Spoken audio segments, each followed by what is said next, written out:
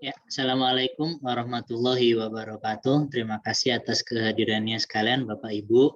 Apa kabar? Semoga sehat-sehat semuanya ya. Dengan penuh semangat kita kembali menjalani aktivitas kita, terutamanya di BIMTEK kali ini. Nanti untuk yang belum bergabung, nanti bisa lihat rekaman dari acara kita pada siang hari ini, pada pagi hari ini. Jadi jangan khawatir apabila nanti ada yang teman-temannya ketinggalan ya. Kita langsung mulai saja untuk menyingkat waktu biar nanti rekan-rekan bisa kembali belajar di dalam LMS dan juga nanti bisa kembali mengikuti apa yang disampaikan di dalam LMS. Tapi sebelum kita masuk kembali ke LMS, kita mulai dulu ya presentasi dari saya. Baik Bapak Ibu sekalian, ini adalah pertemuan kedua, tatap maya kedua kita, BIMTEK, EDM, dan IRKAM. Bersama saya lagi, Yasir Aska. Sekarang kita akan membahas beberapa poin yang telah kita bahas sebelumnya ya. Yaitu untuk yang saat ini kita akan membahas satu, evaluasi pembelajaran LMS yang telah diikuti Bapak Ibu dari tanggal 5 November kemarin sampai tertanggal 12 November kemarin. Tentu saja sudah banyak pembelajaran yang sudah dialami oleh Bapak Ibu ya. Yang kedua, kemarin saya ngasih PR terkait dengan tugas EDM. Kenapa kok saya ngasih tugas EDM di awal? Itu agar minggu pertama Bapak Ibu bisa fokus dalam persoalan penyiapan dokumen bukti fisik terkait dengan evaluasi diri madrasah. Dan untuk yang minggu ini nanti saya akan berikan tugas lebih baru lagi yang berbeda dengan yang sebelumnya, yaitu adalah aplikasi IRKAM. Kalau seandainya saya gabung ini dalam 1 minggu, saya yakin tangan dan kaki Bapak Ibu, apalagi kepala Bapak Ibu, tidak akan bisa menyerap ini semuanya. Jadi saya bagi menjadi 2 tugasnya, biar Bapak Ibu bisa lebih enak. Jadi minggu pertama kita fokus ke EDM, dokumen fisik, dan lain sebagainya. Harapannya di minggu kedua, minggu saat ini, kita bisa berfokus pada persoalan aplikasi IRKAM yang memang ada lebih banyak inputan ketimbang dari si EDM ini sendiri ya. Baik Bapak Ibu, kita mulai. Evaluasi pembelajaran LMS, ini per pagi ini saya sudah download ya, saya sudah print screen. Ini kondisinya saat ini ya, teman-teman rekan-rekan sekalian, mohon diingatkan untuk rekan-rekan ini yang belum bergerak, partisipasinya masih 0%, itu tolong tingkatkan lagi. Sebenarnya minimal itu di angka 48% untuk minggu kedua ini, minggu pertama ini, selesai minggu pertama, itu sebenarnya minimal adalah di angka 48%. Ya, saya berbahagia sebenarnya ya, yang di atas angka 48% ini sudah lumayan banyak, yang di bawah 48% mungkin karena 1-2 kesibukan yang lainnya. Saya mohon agak dipercepat progresnya agar nanti di minggu kedua semuanya bisa 100%.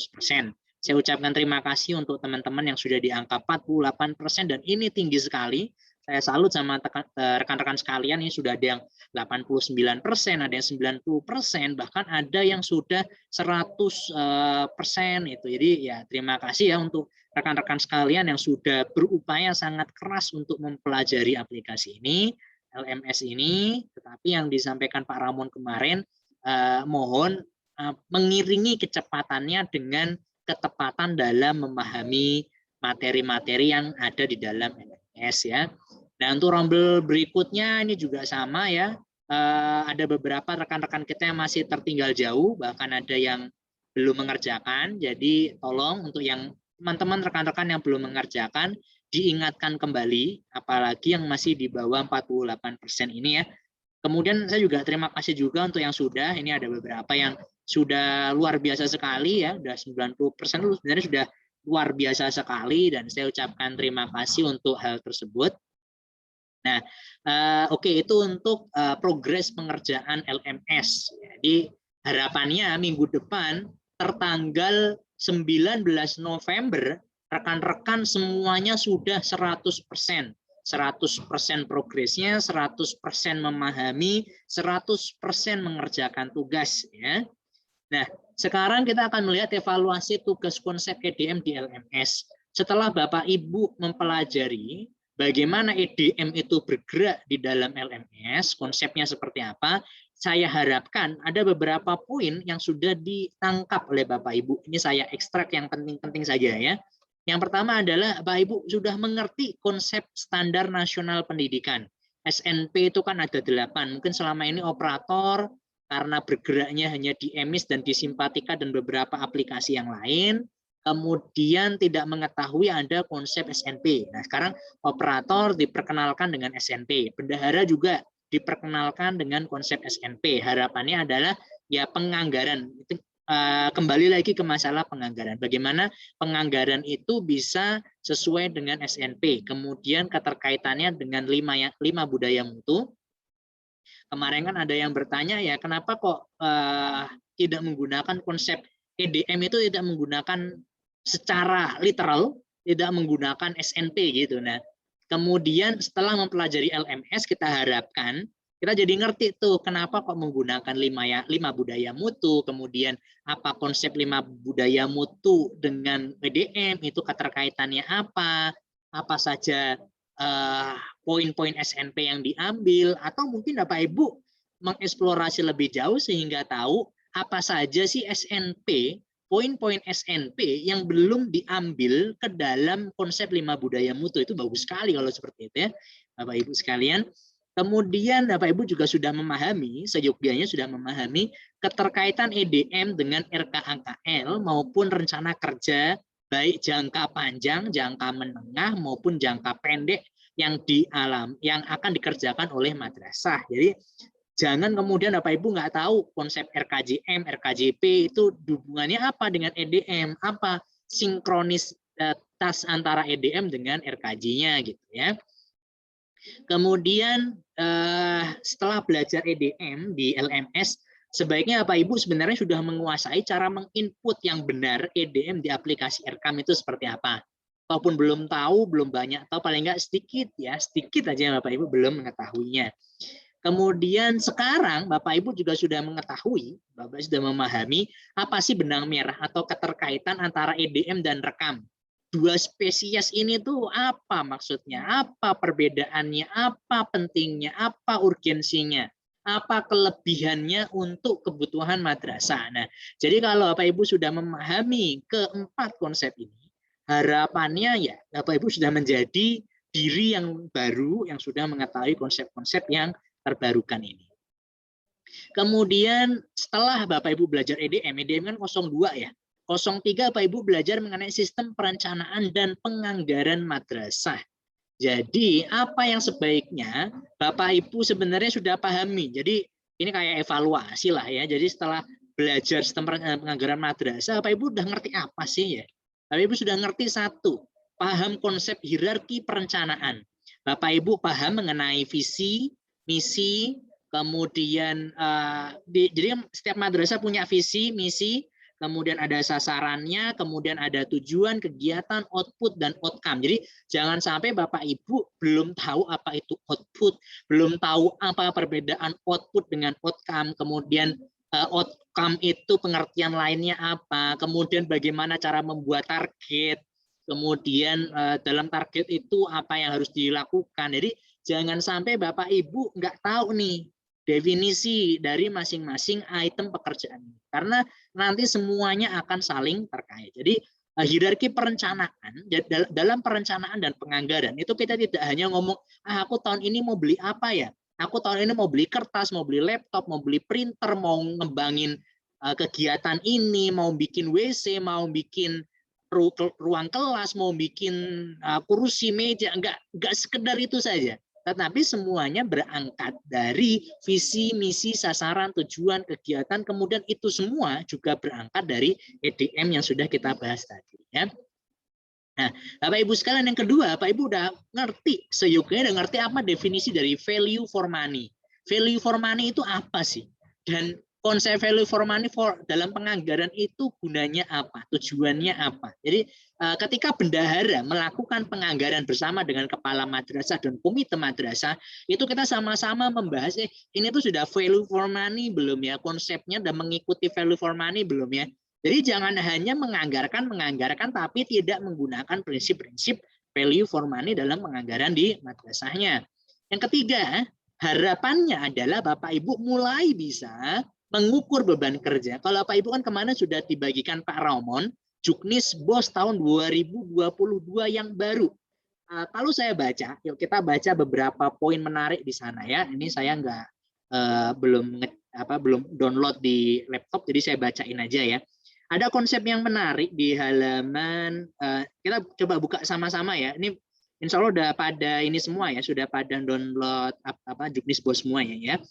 Nah, di Juknis BOS itu dinyatakan di sana di halaman mengenai penggunaan dana. Penggunaan dana itu halaman 27. Poin nomor 7.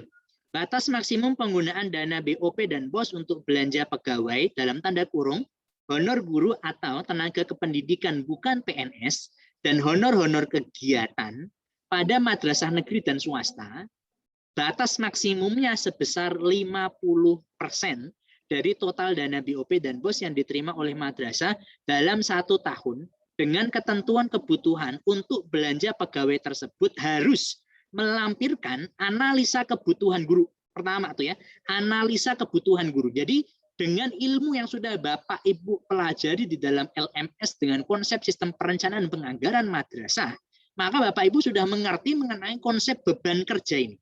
Beban kerja itu juga adalah konsep lain dari work of load, itu mencerminkan dari analisa kebutuhan, need analysis. Jadi Bapak Ibu harus melakukan need analysis terlebih dahulu sebelum membuat honor guru, honor GBPNS, honor TU. Jadi jangan bendahara itu serta-merta langsung bikin honor guru, bukan itu konsepnya. Jadi bendahara sebelum bikin honor guru, itu beliau harus membuat yang namanya need analysis, analisa kebutuhan. Analisa kebutuhan itu berangkatnya dari apa? Dari beban kerja, analisis beban kerja. Jadi Bapak Ibu bendahara perlu melakukan analisis beban kerja. Jadi nggak serta-merta ngeluarin, oh si A dapat 500, ini si B dapat 700, ini si C dapat 800. Bukan semata-mata itu saja, tapi Bapak Ibu juga melakukan konsep analisa kebutuhan atau need analysis. Kemudian untuk belanja pegawai tersebut harus melampirkan analisa kebutuhan guru berdasarkan jumlah pegawai yang ada dan disetujui oleh kantor Kemenak Kabupaten. Jika berdasarkan kebutuhan belanja pegawai madrasah, jumlah belanja pegawai melebihi persen yang ditetapkan di atas, maka madrasah harus menyampaikan justifikasi. Nah, justifikasi ini kemudian berangkat lagi, Bapak Ibu kalau sudah punya ilmunya di beban kerja dan kewajaran harga, maka akan sangat mudah sekali menyampaikan justifikasi atas kelebihan tersebut. Jadi itu enak sekali ya. Untuk diberi dan disetujui mempertimbangkan beban kerja. Nah ini beberapa hal yang disampaikan di bawahnya.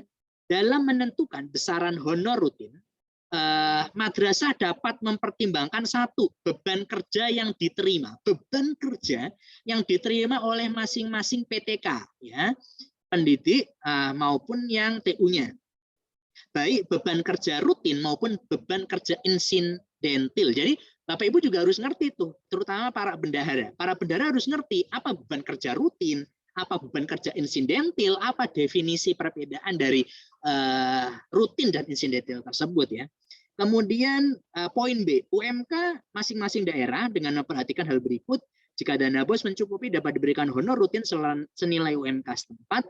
Poin kedua, jika dana BOS tidak mencukupi, honor rutin dapat diberikan 50% atau persen tertentu dari UMK tersebut. C, mempertimbangkan ketersediaan alokasi untuk kebutuhan lainnya. Ya kan ada 8 SNP ya, jadi mungkin dipikirin untuk yang lain-lainnya juga. Untuk kegiatan rutin atau operasional dan kegiatan peningkatan mutu berdasarkan hasil EBM. Yang D, dalam memperhitungkan kewajaran nilai honor atau penghasilan rutin yang diterima PTK, khususnya madrasah swasta, perlu mempertimbangkan sumber dana lainnya seperti dana yayasan, dana komite, serta dari APBD gitu ya. Nah, di sini kita udah bisa mengetahui, jadi ilmu bagaimana cara mengukur, melakukan workout analysis, kemudian melakukan need analysis di dalam sistem perencanaan dan penganggaran ini akan sangat membantu Bapak Ibu dalam menunaikan item-item yang ada di dalam Juknis BOS. Kemudian nanti hubungannya dengan kewajaran harga, nanti Bapak Ibu dengan memiliki ilmu terkait dengan perencanaan penganggaran madrasah ini, maka Bapak Ibu juga sudah mengerti apakah harga yang Bapak Ibu berikan, maksudnya honor yang Bapak Ibu berikan itu sudah sesuai belum? Sudah wajar belum dengan ilmu yang Bapak Ibu miliki di sini. Nah, demikian ya untuk sistem perencanaan penganggaran madrasah. Jadi item-item ini sebaiknya Bapak Ibu sudah pahami secara keseluruhan sehingga Bapak Ibu bisa menjadi diri yang baru. Jadi belajar LMS sekarang sudah mengetahui item-item terbaru yang harus Bapak Ibu kuasai. Nah, sebelum lanjut, ini kan evaluasi tugas EDM, kita menuju ke aplikasi RK. Sebelum lanjut ke aplikasi RK, mungkin ada yang ingin dibahas dari apa namanya nih, dari konsep, dari teori dan lain sebagainya. Silahkan ya, saya buka kesempatan untuk bertanya, mungkin 5 menit dulu ya. Saya matiin. Ya, silahkan kalau misalnya ada Bapak Ibu yang ingin bertanya. Pak Johan Arifin, ini sudah angkat tangan, silahkan Pak Johan Arifin. Kalau ada yang ingin disampaikan. Dibuka dulu mic-nya, Pak. Ya, silakan Pak Johan. Sobahul Khair dulu, Pak. Ya, Sobahul Nur, Pak Johan. Ya. Pertanyaannya nanti ini masih bingung. Oh, gitu, oke. Ya. Ada lagi mungkin Bapak Ibu yang ingin bertanya sebelum kita masuk ke aplikasi, rekan-rekan sekalian? Belum ada. Oke, kalau misalnya belum ada, kita lanjut ke aplikasi terlebih dahulu ya. Saya matiin lagi ya mikrofonnya semuanya. Jadi kita akan lanjut ke aplikasinya. Oke, saya share screen dulu. Saya cari. Ya, Pak Ibu, saya buka dulu rekamnya. Saya sekarang akan menggunakan, karena kita mau mengevaluasi terlebih dahulu, jadi saya akan pakai punyanya Pak Ramon dulu ya di Oku. Oke, saya akan ganti tugas saya sebagai Kan Kemenak Ogan Komering Ulu. Kita masuk ke evaluasi diri madrasah. Ini tampilannya beda ya. Ini tampilannya Kan Kemenak. Kalau tampilannya Kan Kemenak seperti ini ya bentuknya. Kalau tampilannya Bapak Ibu kan ada pengantarnya, ada narasinya ya. Kalau ini enggak ada. Langsung kita klik ini. Oke. Nah, sekarang di tempatnya Pak Ramon, nanti Pak Ramon akan bisa melihat madrasah mana yang sudah mengerjakan EDM dan madrasah mana sih yang belum mengerjakan EDM, itu nanti akan terlihat sama Pak Ramon ya. Kita mulai dulu nih. Ini di sini progres pengisian. Saya cerita dulu kalau yang definisi dari progres ini adalah yang kamatnya sudah melakukan approval ya. Kamatnya sudah melakukan approval. Kalau kamatnya belum melakukan approval, itu persetujuan maksud saya, maka dianggap belum terprogres, belum mengerjakan sampai selesai gitu maksudnya ya. Walaupun Bapak Ibu sudah mengisi misalnya 25 butir instrumen, 26 semua sudah selesai, tapi kalau kamatnya belum melakukan approval, itu dianggap masih belum mengerjakan. Kita lihat ini ya. Alhamdulillah sudah ada 2 MI ini yang sudah selesai. Saya ucapkan selamat untuk MI Tawalib dan Min Oku ya. Min Oku 16 ini mungkin nggak ada ya, ini buatannya ini mungkin kemarin dimasuki oleh Pak Rusmaidi atau Pak Dadan ataupun Pak Ramon ini ya. Nah, berarti cuma 1 madrasah untuk MI. Untuk MI saya ucapkan selamat kepada MI Tawalib. Terima kasih MI Tawalib sudah mengerjakan tugas EDM-nya sampai selesai approval-nya. Kemudian di MTS juga sudah ada 2 yang selesai, terima kasih, yaitu MTS Nahdlatul Muslimin. Nah, tapi yang ini kayaknya nggak ada, ini madrasah dami di tempatnya Pak Ramon ya. Mungkin ini Pak Rusmaidi atau Pak Dadan ataupun Pak Ramon itu sendiri. Jadi cuma 1 nih ya, MTS Nahdlatul Muslimin ya. Terima kasih untuk MTS Nahdlatul Muslimin, bagus sekali progresnya. Kemudian MA, kita lihat MA. Kalau MA progresnya total selesai 0. Ya, belum ada yang menyelesaikan nih untuk MA nih ya, belum ada sama sekali yang menyelesaikan. Jadi tolong untuk yang MA jangan sampai kalah nih sama adik-adiknya yang MTS dan MI, tolong segera dikebut untuk teman-teman yang MA. Jadi nanti Pak Ramon bisa ngeliatin kayak gini nih, siapa sih madrasah yang belum selesai DM dan siapa yang sudah gitu. Jadi tolong dipercepat gitu. Nanti kemudian yang kedua adalah Pak Ramon dan teman-teman pengawas madrasah di Kan Kemenak Kabupaten Oku itu juga bisa melihat yang diinput oleh madrasah ini seperti apa gitu. Jadi nanti pengawas dan Pak Ramon bisa ngeliat ke sini nih. Misalnya beliau ingin melihat MI Tawalib, nilai SKPM-nya, SKPM ya, skor kinerja penjaminan mutu yang akhir ya, itu 5,218. Bapak Ibu sudah membaca lah ya, kalau 5,2 itu termasuk apa gitu, kalau 8 termasuk apa, Bapak Ibu udah baca kan rentang penilaiannya seperti apa ya.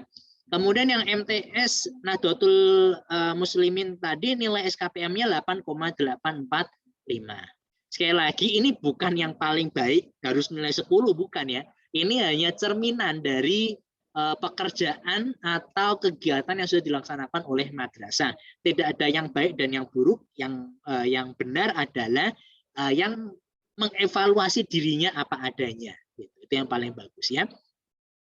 Kemudian nanti para pengawas, teman-teman pengawas dan Kemenak Kabupaten Oku nanti juga bisa melihat apa saja sih yang sudah diinputkan oleh MI Tawalib ini. Tinggal nanti klik lihat ini, kemudian nanti bisa ngelihat, oh untuk yang A1 Tawalib ini berapa kinerjanya? Oh tingkat 2, 70-90%.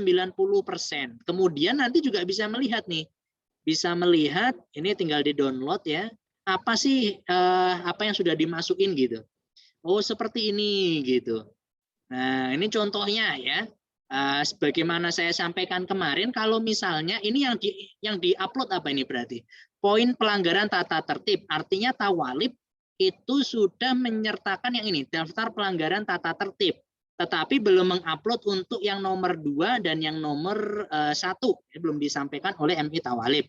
Nah Bapak Ibu kemarin saya sudah sampaikan, kalau seandainya Bapak Ibu tidak memiliki dokumen bukti fisik ketiga-tiganya yang diwajibkan dan atau beberapa item bukti fisik yang disampaikan, paling tidak minimal adalah yang mana Bapak Ibu bisa tahu persentasenya keluarnya dari mana. Misalnya gini nih, ini kan kita ditanya tuh, siswa menunjukkan perilaku religius, kemudian di sini kan tingkat 2 itu 70-90%. Nah, maksud saya adalah bagaimana madrasah itu bisa tahu bahwa persentase dari siswa yang mengikuti itu 70-90. Taunya dari mana? Jadi kan mohon maaf ya, antara yang sudah diupload dengan hasil tingkat ini kan harus sebanding. Oh, yang diupload itu kemudian ada misalnya daftar hadir.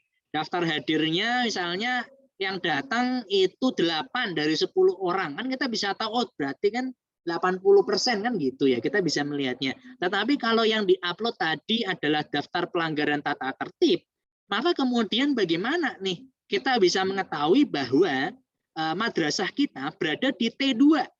Kenapa nggak di T3 dan di T4? Nah, itu semuanya adalah karena ketiadaan data. Jadi karena ketiadaan data, jadi kita menggambang kan, nggak ngerti nih kondisinya yang mana gitu kan, sehingga kita menebak-nebak gitu. Jadi tolong nanti untuk yang belum punya dokumen bukti fisik disiapkan lebih baik lagi ya.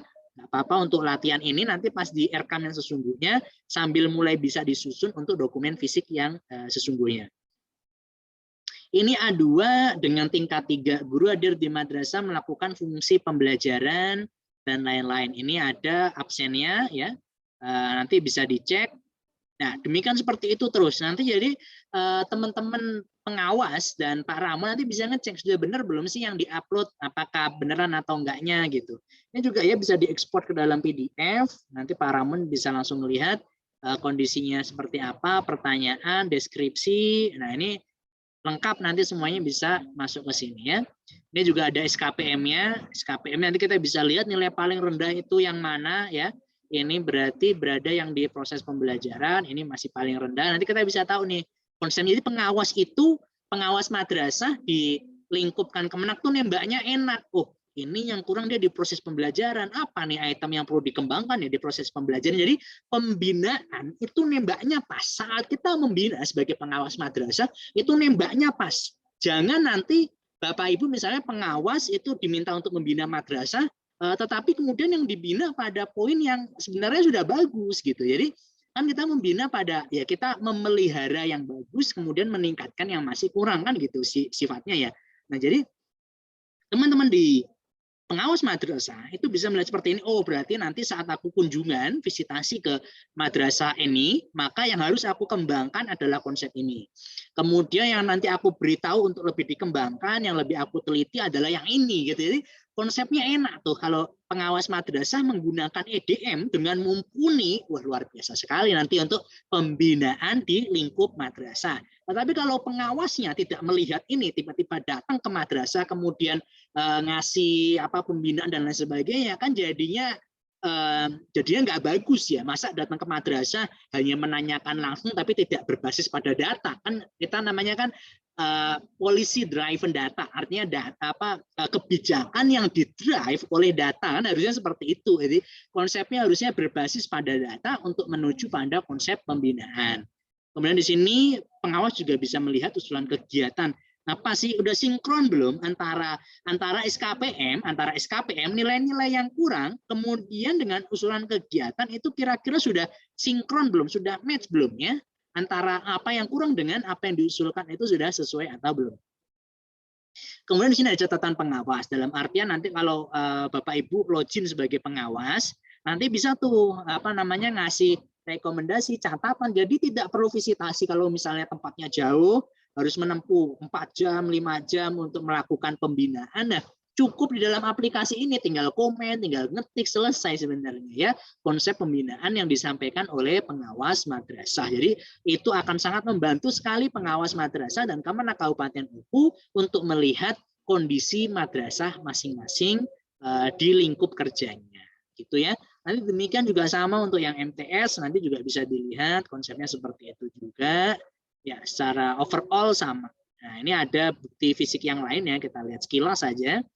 Nah, ada konsep seperti ini ya, absensi kehadiran. Nanti kan dari seperti ini, nanti Bapak Ibu bisa tahu nih persentasenya nih. Persentasenya ini kan tinggal diakumulasi aja ya, ini dalam dalam Oktober 2021 ini berapa banyak gitu ya. Jadi yang sudah hadir berapa, yang belum hadir berapa banyak, itu kan nanti kan bagus untuk madrasahnya Bapak Ibu sendiri ya. Ya, demikian paling untuk evaluasi EDM. Semoga nanti yang teman-teman yang belum mengerjakan ini segera mengerjakan ya, karena nanti yang diupload. Nah, yang diupload itu berupa apa? Yang diupload itu berupa jaring laba-laba ini. Jaring laba-laba inilah ya yang nanti akan diupload oleh madrasah ke aplikasi LMS-nya gitu ya. Jadi tolong ini diselesaikan nanti diupload. Nah, oke, gitu ya. Kemudian Bapak Ibu sekalian, kita lanjut lagi ke materi kita. Kita masuk lagi ke sini ya. Kita sudah menuju aplikasi Erekam. Kemudian ini ya, penjabaran tugas berikutnya.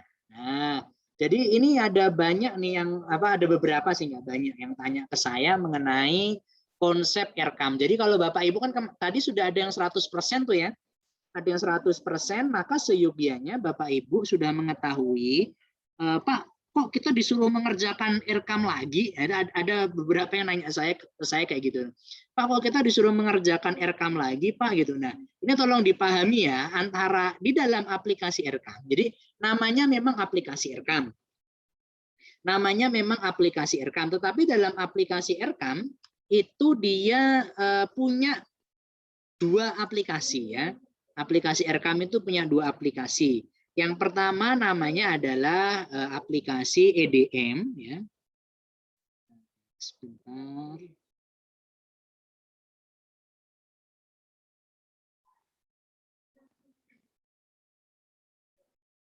Nah, ini saya ke sini aja. Biar nanti lebih jelas, saya share screen yang baru ya. Sini. Nah, jadi Bapak Ibu sekalian, jadi dalam aplikasi Erekam itu dia bukan hanya Erekam gitu ya. Jadi tolong dipahami. Jadi Erekam itu dia punya 2 aplikasi. Yang pertama namanya adalah EDM, evaluasi diri madrasah. Yang kedua ini yang disebut dengan Rekam ya. Dalam artian ya penganggaran madrasahnya gitu. Dalam artian yang lebih sempit lagi adalah pengelolaan dana bosnya. Ini pengertian yang paling sempit ya. Jadi pengelolaan dana bos itu masuknya dalam aplikasi rekam ini. Sedangkan aplikasi EDM ya di dalam menu EDM gitu ya. Jadi ini dua konsep yang berbeda. Makanya ada yang tanya ke saya tuh, Pak kok kita disuruh mengerjakan rekam lagi? Nah kan saya bingung mengerjakan rekam yang mana, kan baru EDM yang saya minta gitu ya. Jadi konsepnya berbeda antara mengerjakan EDM dengan mengerjakan rekam gitu. Jadi tolong dipahami dua ini. Tapi mereka ini saling terkait ya Bapak Ibu ya. Antara EDM dengan rekam ini saling memiliki keterkaitan. Jadi mereka bukan berdiri sendiri. Jadi setelah kita melakukan hasil evaluasi diri madrasah, itu kemudian kita akan melakukan penganggaran itu menggunakan rekam. Jadi jangan tiba-tiba langsung melakukan penganggaran. Madrasah atau bendahara itu langsung menganggarkan uangnya. Nah itu keliru sebenarnya ya. Jadi pada tahun anggaran yang baru, si bendahara langsung bikin, oh nanti tahun 2022 aku mau beli ini, A, B, C, D, E, F, dan lain sebagainya. Tetapi dia nggak tanya dulu nih sama TPM-nya, tim penjaminan mutu madrasahnya. Hei TPM, aku mau tanya nih hasil EDM madrasah kita itu gimana? Apa yang masih kurang? Apa yang masih bagus? Biar yang kurang itu nanti kita usulkan bersama-sama untuk masukkan ke dalam anggaran 2022. Nah pertanyaannya, apakah bendahara Bapak Ibu itu sudah melakukan kayak gitu belum? Atau kepala madrasahnya, kepala madrasah waktu menyodorkan ini kepada komite dan bendahara untuk tahun ini tolong ini gitu. Terus kemudian apakah nanti kepala madrasahnya itu sudah bertanya kepada bendahara ataupun kepada rekan-rekan yang membuat ini, kamu ini sudah membikinnya udah berdasarkan TPM belum sih? Sudah berdasarkan EDM belum sih gitu. Nah, kalau belum berarti kan harusnya dibuat dulu gitu. Itu kata kamatnya. Jangan kamatnya langsung menganggarkan, bendaharanya juga langsung menganggarkan. Berarti ada konsepsi yang keliru nih di tingkat madrasah. Jadi semuanya harus berbasis EDM. Jadi harus ada keterkaitannya. Jangan kayak misalnya kalau kita punya kita misalnya punya rumah nih ya. Kita punya rumah ini saya analogikan, kita punya rumah. Musim hujan seperti ini, yang terjadi apa biasanya? Bocor nih ya. Bocor. Nah, kalau gitu, ini kan udah akhir tahun 2021. Kemudian sebagai seorang kepala rumah tangga atau ibu rumah tangga, kira-kira dengan adanya bocor di rumah ini, itu kira-kira apa yang harus dilakukan ya? Kemudian ada bapak rumah tangga bilang, oh kalau rumah saya bocor kayak gini, maka saya akan membeli apa Bapak Ibu? Membeli jamban kata dia. Nah, dia tuh beli jamban Bapak Ibu. Yang dibeli jamban nyambung nggak kira-kira Bapak Ibu? Oh tahun depan karena rumah saya bocor, tahun depan saya mau beli pagar rumah. Nah nggak nyambung kan Bapak Ibu kan? Nah oleh sebab itu ini sama nih Bapak Ibu. Ketika kita melakukan evaluasi ya saat kita melihat kondisi rumah kita itu namanya kita melakukan EDM Bapak Ibu. Kemudian tahun depan mau beli apa? Untuk mengantisipasi kelemahan yang terjadi di dalam rumah kita ini, itu namanya kita melakukan penganggaran Bapak Ibu. Ya, kita ngelakuin penganggaran. Nah, di dalam penganggaran ini itu harus nyambung. Jangan kita mengevaluasi rumah bocor tapi belinya jamban. Rumah bocor tapi belinya pagar rumah. Kalau rumah bocor tentu saja kita belinya genteng dong Bapak Ibu ya, misalnya genteng yang baru gitu. Tetapi genteng yang baru pun ini namanya jump to solution. Nah, ini juga nggak bagus. Di dalam aplikasi Excel, di dalam Excel yang Bapak Ibu dapetin untuk menyusun rekam tahun 2022, itu kan ada tuh ya ketika membuat EDM, di sheet EDM, Bapak Ibu kan diminta tuh menjelaskan deskripsi masalahnya. Dalam membuat deskripsi masalah itu sebaiknya jangan jump to solution. Misalnya genteng, ya, misalnya bocor nih ya, bocor. Terus Bapak Ibu langsung, oh, oke, saya mau beli genteng. Itu namanya jump to solution. Jump to solution. Itu tidak ada analisis terkait dengan kondisi bocornya itu karena apa Bapak Ibu. Misalnya, problemnya ya ternyata bocornya itu gara-gara ada tikus. Gara-gara ada tikus di plafonnya Bapak Ibu. Sehingga gentengnya mungkin digerogoti dan lain sebagainya. Nah, kemudian Bapak Ibu beli genteng yang baru. Kemudian genteng baru ditaruh. Kemudian Kira-kira tahun depan masih bermasalah nggak? Bakal dong masih bermasalah. Kenapa? Karena problemnya kan tikus, Bapak Ibu. Bukan gentengnya yang bermasalah. Sehingga jangan langsung jump to solution. Ketika Bapak Ibu membuat mengevaluasi suatu kondisi masalah, jangan jump to solution. Bapak Ibu harus pelajari dulu nih.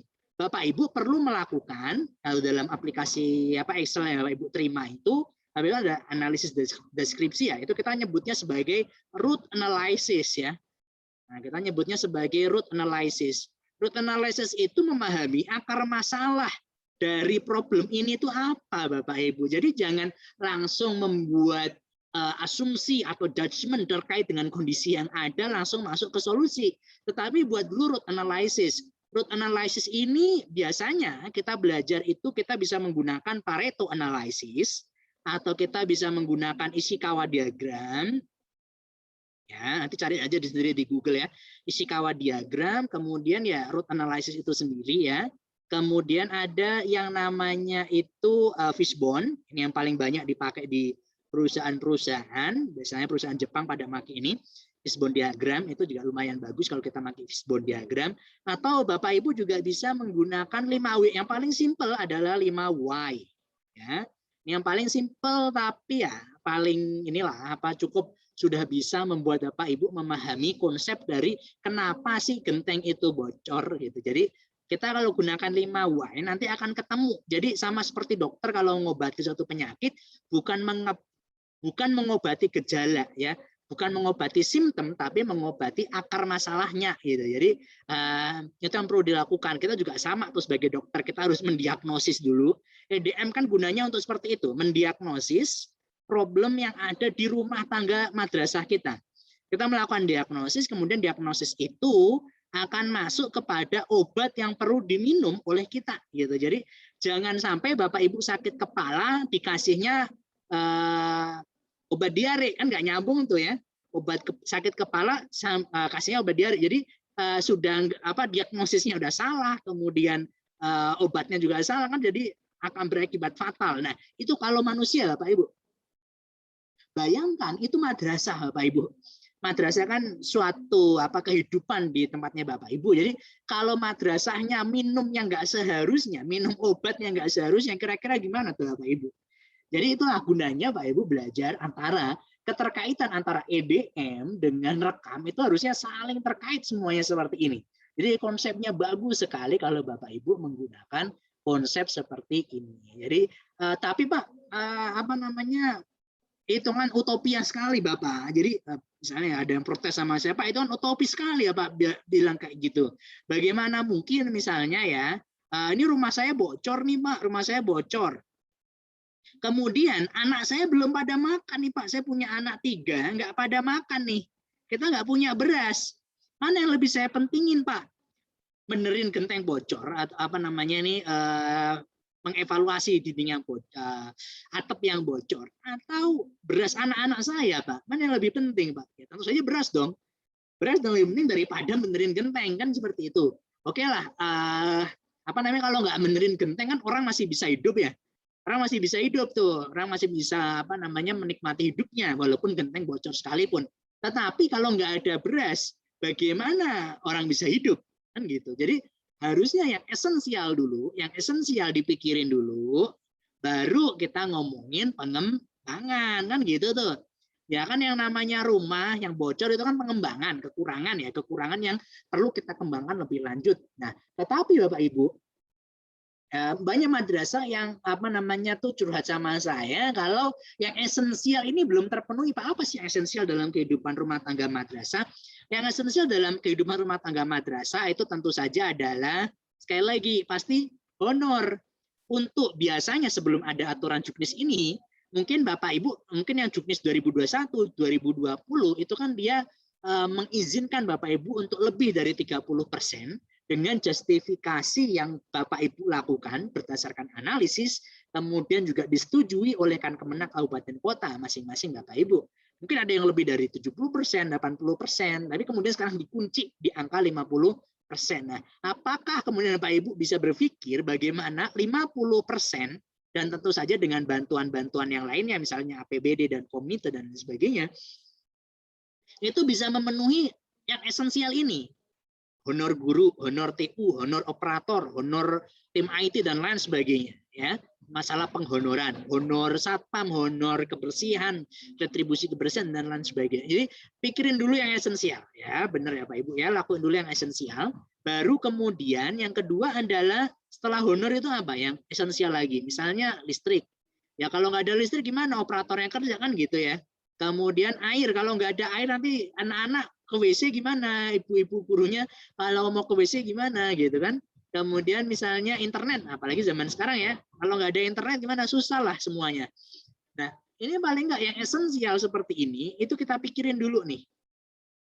Nanti baru yang sifatnya esensial dan operasional, ya, yang sifatnya esensial dan operasional, kalau misalnya sudah ada sisanya, baru sisanya itu kita arahkan untuk pengembangan. Jadi, tapi banyak madrasah yang sering nanya ke saya, Pak, gimana sih cara membedakan antara kegiatan yang operasional dengan kegiatan yang EDM kan gitu ya. Di dalam Excel yang Bapak Ibu terima, itu kan ada tuh kegiatan yang non EDM dengan kegiatan yang EDM. Tapi banyak tuh yang bingung, apa sih EDM? Apa sih kegiatan yang masuk EDM? Honor itu masuk EDM nggak sih? Atau pelatihan itu masuk non EDM nggak? Jadi mungkin masih banyak dikotomi dalam pemikiran Bapak Ibu, mana yang masuk EDM dan mana yang tidak masuk non EDM gitu ya. Jadi ini emang perlu apa namanya tuh masuk lebih dalam rumah tangga madrasah sehingga Bapak Ibu nanti bisa memahami konsep ini lebih dalam. Tapi yang ingin saya nyatakan di sini terlepas dari kondisi keuangan masing-masing madrasah, yang ingin saya sampaikan di sini cuma satu ya, keterkaitan cuma satu, yaitu bahwa antara EDM dengan rekam ini seyogianya nyambung ya, jangan tidak nyambung. Jadi harus ada, tadi saya sudah bilang ya di awal, ketika Bapak Ibu sudah mempelajari LMS, itu kan EDM-nya menggunakan 5 budaya mutu. Dan tidak semua, saya nyatakan di sini tidak semua. Artinya ada banyak yang ada, tapi tidak semua yang ada dalam SNP itu di-cover oleh 5 budaya mutu. Kenapa kok semua nggak di-cover aja sih Pak?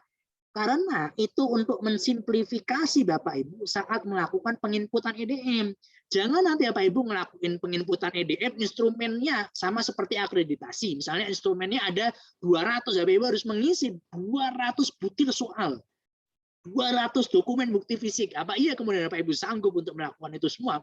Melihat saja sudah nggak mau mengerjakan, kan gitu. Jadi oleh sebab itu disimplifikasi, disederhanakan agar bagaimana konsep SNP itu masuk dalam 5 budaya mutu yang instrumennya nggak terlalu banyak Bapak Ibu. Nah 5 budaya mutu ini kemudian bisa menggambarkan dari SNP secara keseluruhan walaupun memang belum semuanya. Nah yang memang belum semuanya itu adalah sangat bagus sekali kalau Bapak Ibu, Pak itu nggak ada dalam EDM, tapi sebenarnya itu menjadi poin dari SNP gitu. Kemudian kami masukkan dalam rekam kami, oh bagus banget kalau Bapak Ibu punya analisis sedalam itu, gitu. Jadi menganalisis sampai ke akar-akarnya, gitu. Apa sih yang udah masuk EDM dan apa yang belum dan apa yang seyogianya masuk dalam SNP yang kemudian belum ada di dalam budaya mutu yang harus dimasukkan dalam rekam.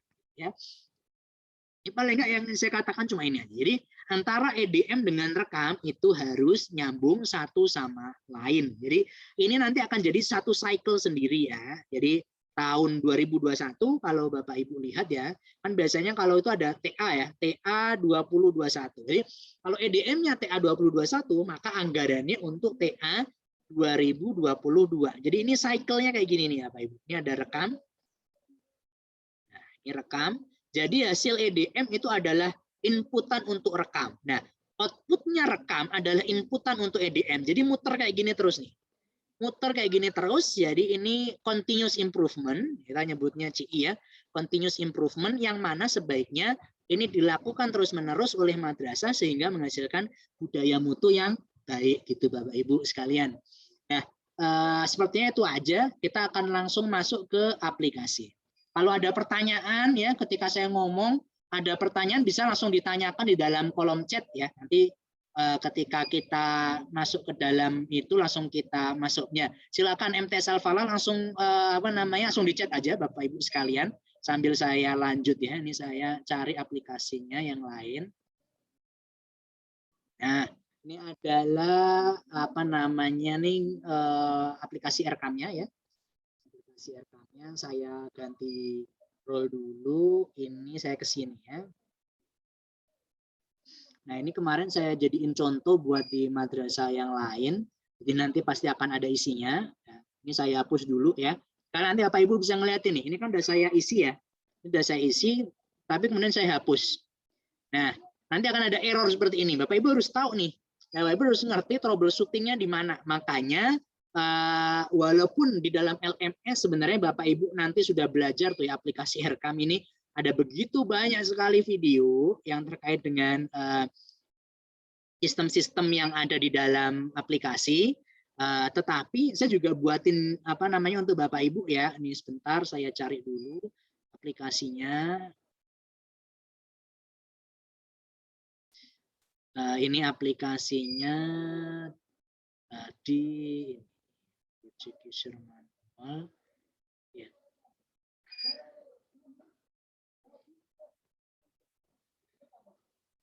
Ya. Nah, ini dia. Ini saya udah buatin Bapak Ibu, ada PDF, e-booknya, user manual tutorial Aircam. Ini saya yang membuat ya. Nanti Bapak Ibu bisa membaca. Jadi bagi yang mungkin belum mendapatkan konsep secara utuh di dalam video dan ingin belajar lebih lanjut, itu nanti bisa melalui e-book yang nanti akan saya bagikan di grup WA ya. Nah, jadi di dalam sini tadi saya sampaikan mengenai apa ya tadi ya aplikasi. Nah, dalam aplikasi sebenarnya sudah banyak ya, tapi nanti kita akan mempelajarinya lebih lanjut. Kemudian nah, ada yang namanya troubleshooting. Kalau ada masalah ini kan untuk teman-teman di EMIS pasti udah enggak ini asing lagi ya. Ini di sini saya jelasin nih ada troubleshooting. Nih, troubleshooting itu artinya apa namanya? Persoalan-persoalan yang sering terjadi di aplikasi Aircam itu apa dan bagaimana cara nge-solve-nya, cara nyelesainnya itu gimana, itu ada di menu troubleshooting ini. Nanti bisa dilihat sama Bapak Ibu ya di menu troubleshooting. Kemudian Bapak Ibu sekalian terkait dengan ini kan Bapak Ibu lihat ya. Ini kok dihapus nggak bisa ya Pak Yasir ya gitu. Nah ini kenapa gagal? Nah ini saya lihatin ya. Jadi sama lah konsepnya.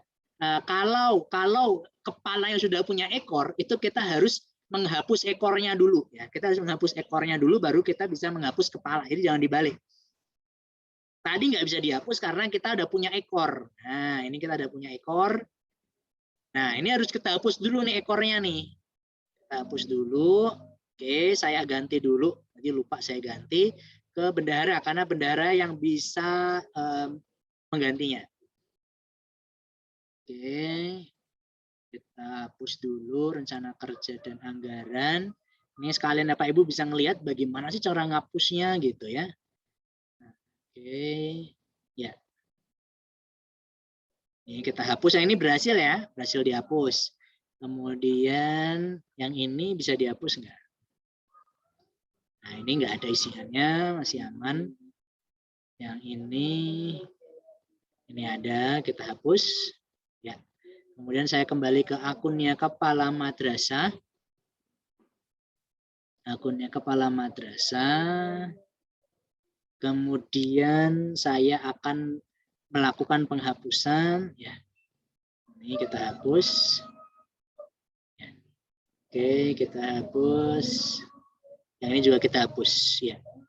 Kemudian barulah di sini kita bisa hapus. Ini namanya rencana pendapatan ya. Ini namanya rencana pendapatan. Oke. Nah, baru nanti kita bisa ngelakuin penambahan. Nah, kita bisa ngelakuin penambahan apabila di sini tertulisnya adalah penetapan akan berakhir. Ya, nih kan. Ada tulisan seperti ini Bapak Ibu ya. Nah, kalau ada seperti ini, baru Bapak Ibu nanti bisa melakukan penambahan. Ya. Nah, bagaimana kalau nggak bisa? Gimana sih kalau konsep lainnya gimana sih gitu? Oke, saya ini dulu ya. Saya pindah ke akunnya kan Kemenak dulu lagi. Akunnya kan Kemenak ini akunnya kan Kemenak. Nah, ini kemudian saya tanggal input ininya saya ganti ke tanggal sampai 31 Oktober. Ini saya edit ya. Sampai di tanggal ini aja. Sekarang tanggal November itu tanggal Ini konsepnya apa? Perubahan. Ini berarti kita anggap ininya kita ubah ya. Ini sebenarnya penetapan. Penetapan di tanggal, sekarang tuh tanggal 12.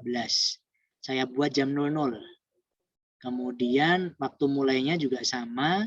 Itu juga, nah ini yang emang agak tricky. Jadi Bapak Ibu yang kan kemenak agak hati-hati ketika merubahnya ya. Karena harus mulai dari yang ini dulu, mulai dari yang awal, baru nanti bisa merubahnya lagi. Oke, ini saya ubah. Oke, sip, kita simpan.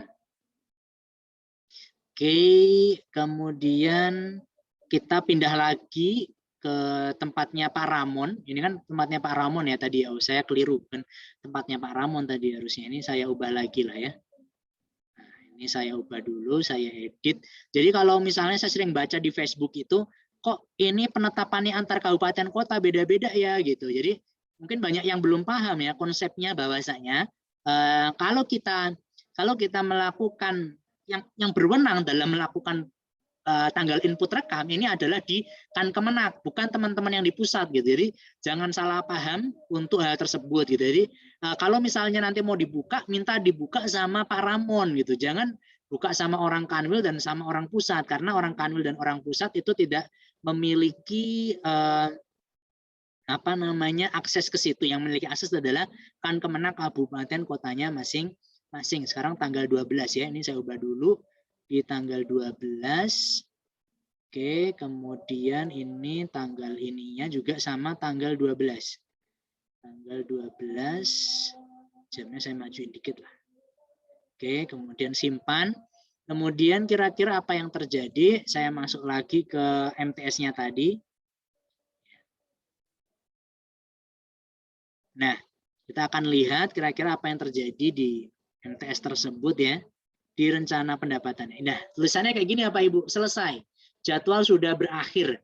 Nah, kalau kayak gini, berarti kita nih tombol tambahnya nggak bisa lagi, bukan berwarna biru nih. Ya, warna abu-abu dan kita nggak bisa mengkliknya dia ya. Ada tanda kayak gini, tanda silang gitu yang menandakan kita nggak bisa melakukan klik pada item tersebut. Jadi gimana caranya ya? Nah, kalau ada kondisi seperti ini, itu artinya kita harus bilang sama Kemenak, Pak Ramon, untuk melakukan pembukaan jadwal. Nah, gitu ya. Sekarang saya akan buka lagi tuh. Jadi kalau ada pertanyaan seperti itu, ada kondisi seperti itu, sekarang Bapak Ibu ngerti ya, nanti nanyanya kemana gitu. Jangan nanya ke orang pusat, jangan nanya ke saya gitu ya. Nanyanya ke Pak Ramon untuk bisa melakukan penginputan tanggal tersebut gitu ya. Nah, ini kemudian saya ganti ke tanggal 31 Desember. Oke, kemudian kita klik simpan. Oke, sekarang kita pindah lagi ke madrasah tersebut. MTS Madani tadi. Ya, yang ini sebagai kepala madrasahnya. Oke. Nah, sekarang sudah bisa gitu ya. Tombol tambahnya sudah mulai muncul. Oke, Bapak Ibu, sebelum kita lanjutin lagi, Bapak Ibu, di dalam buku ini, dalam e-book ini, saya sudah menyertakan yang namanya flowchart. Dulu waktu saya BIMTEK pertama kali, tahun kemarin, itu belum ada tuh dokumen flowchart-nya gitu. Baru akhir-akhirnya baru ada gitu. Padahal menurut saya, flowchart adalah hal yang esensial untuk dimiliki oleh madrasah, oleh user yang menggunakan ini. Kenapa? Karena kalau nggak ada flowchart, kita nggak ngerti nih apa yang harus dikerjakan, bisnis prosesnya seperti apa ketemu apa, habis ini ngerjain apa, itu nggak ngerti kalau kita nggak punya flowchart. Maka saya sarankan apa yang harus Bapak Ibu pahami dulu pertama kali adalah baca flowchart. Baca flowchart-nya terlebih dahulu. Nah, ini ada saya sudah lampirin dokumen flowchart-nya. Untuk pengisian EDM ini kita uji coba. Ini kita ya perhatiin sekali nih ya. Yang harus dikerjakan ini, TPM atau staf, tim penjaminan mutu, atau staf atau operator atau bendahara. Yang pertama memilih tanggal basis pengerjaan sudah, memilih nomor instrumen, kemudian kalau nomor instrumennya ada, itu kemudian ada bukti fisiknya enggak? Nah, kalau tidak ada bukti fisik, centang tidak memiliki. Kalau misalnya ada bukti fisik, maka kita mengupload bukti fisiknya. Kemudian setelah mengupload bukti fisik, kita isi ringkasan deskripsi. Jadi kalau nggak punya bukti fisik bagaimana? Ya udah, kita centang nggak memiliki, langsung isi ringkasan deskripsi. Kalau Bapak Ibu punya flowchart seperti ini kan memudahkan kita dalam memahami apa yang harus dikerjakan di dalam aplikasi Erkam dan EDM. Kalau nggak punya flowchart gimana Bapak Ibu bisa memiliki pandangan terkait dengan apa sih yang harus dilakukan, kemudian apa yang harus dilakukan setelahnya gitu. Jadi inilah pentingnya Bapak Ibu memahami flowchart. Kemudian setelah mengisi ringkasan deskripsi, Bapak Ibu melakukan penentuan tingkat pencapaian kinerja. Kemudian ditanyain, kalau udah nentuin, tanyain tuh, apakah semua indikator sudah selesai? Maksudnya 26 butir sudah selesai belum? Kalau belum, ya konsepnya sama Bapak Ibu. Nyari nomor instrumen yang lain. Cari nomor instrumen yang lain, kemudian prosesnya sama, bukti fisik, upload, isi ringkasan deskripsi, dan tentukan tingkat pencapaian kerja. Kalau udah semua, bagaimana? Klik selesaikan. Kemudian, nah ini yang sering ketinggalan nih sama teman-teman di madrasah nih. Memilih usulan rencana kegiatan untuk rekam. Jadi harus memilih ini dulu ya. Baru kemudian nanti kepala madrasah bisa mulai melakukan review gitu ya. Melakukan review itu apa saja? Review instrumen EDM yang tadi sudah di-upload oleh TPM, kemudian mereview usulan rencana kegiatan, kemudian kalau setuju, setujui, kalau tolak. Kemudian setelah itu selesai. Nah, itu untuk EDM. Sekarang kita ngomong masalah Erkam ya. Erkam itu ada dua macam Bapak Ibu sekalian. Saya balik ke sini lagi. Jadi Erkam itu ada dua macam Bapak Ibu. Rekam itu ada dua ya. Di dalam rekam itu Bapak Ibu bekerja yang namanya rencana dan ada juga yang namanya realisasi. Jadi nggak hanya rencana doang, walaupun namanya rekam rencana kerja anggaran madrasah, tetapi nggak hanya berisi mengenai perencanaan saja, tapi Bapak Ibu juga ada juga yang namanya realisasi, ada yang juga yang namanya realisasi. Nah, di dalam realisasi ini itu kita merealisasikan dari rencana, tetapi rencana dan realisasi ini bekerja bersama dalam yang namanya ini tahun anggaran. Jadi kalau Bapak Ibu lihat di atas ini kan ada nih TA 2022. Artinya tahun anggaran 2022 itu dilakukan perencanaan dan dilakukan juga realisasi di dalam aplikasi Erkam ini gitu ya. Nah, yang kedua konsepnya adalah karena konsepnya adalah tahun anggaran, artinya saat bikin perencanaan maka nggak bisa lagi Bapak Ibu misalnya kan tahap satu itu kan dari bulan Januari sampai bulan Juni. Terus biasanya madrasah mulai bikin proposal Erkam itu dari dia bikin misalnya di bulan Februari gitu. Habis itu di bulan Februari itu nggak bikin nih buat bulan Juli sampai bulan Desember itu nggak dibikin. Nah ini keliru ya Pak Ibu ya. Ketika Bapak Ibu misalnya menyusun itu harusnya di bulan Desember sih ya. Bapak Ibu nyusun rekam di bulan Desember. Itu harusnya berpikir dari bulan Januari sampai Desember itu kira-kira mau beli apa saja, mau menganggarkan apa saja, mau mengadakan kegiatan apa saja, mau mengundang siapa, itu semuanya harus difikirkan Bapak Ibu. Jadi perencanaan walaupun penyaluran dananya berdasarkan tahap 1 dan tahap 2, tetapi saat melakukan perencanaan penganggaran itu nggak bisa dipotong-potong tahap gitu, tetapi harus konsepnya secara holistik, secara keseluruhan, yaitu apa saja yang dikerjakan di dalam tahun anggaran 2022. Jadi rencananya apa gitu. Jadi realisasinya juga sama, realisasinya apa yang dikerjakan di tahun 2022 tersebut. Nah, di mana sih itunya? Ini di sini ya Pak Ibu. Ini yang di sini ada nih tulisan rencana, ini ada tulisan realisasi ya Pak Ibu ya. Artinya Bapak Ibu, rencana itu ada yang rencana itu ada rencana pendapatan dan ada rencana kerja dan anggaran. Ada menu rencana pendapatan dan ada menu rencana kerja anggaran. Nah, di realisasi juga ada pendapatannya Bapak Ibu nih, ada pendapatannya. Tetapi pendapatan di realisasi itu beda dengan pendapatan di rencana. Pendapatan di rencana itu artinya kita merencanakan, kita membuat skema perencanaan dalam 1 tahun anggaran itu dapatnya berapa banyak dana-dana yang tersedia gitu. Sedangkan dalam realisasi pendapatan maka berapa banyak dana yang real turun kepada kita semuanya gitu ya. Nah, Bapak Ibu sekalian, oke, kita langsung lanjut ke sini. Nah, pertama untuk flowchart perencanaan adalah registrasi. Ini kemarin udah selesai ya registrasi. Yang membagikan kode registrasi ya Bapak Ibu adalah kan Kemenak. Untuk sekarang kan kemarin itu kan Kemenak itu Pak Ramon kemarin nggak membagikan. Kenapa? Karena kode registrasinya sama NSM. Tapi nanti untuk yang real itu tidak NSM. Nanti adalah berupa kode unik yang akan dikirimkan oleh Pak Ramon kepada Bapak Ibu sekalian untuk bisa mulai masuk ke dalam aplikasi yang real. Kalau aplikasi yang real itu adanya di ini, Rekam Kemenak. Nah, itu aplikasi yang real ada di sini ya. Nah, sedangkan yang itu untuk yang latihan gitu.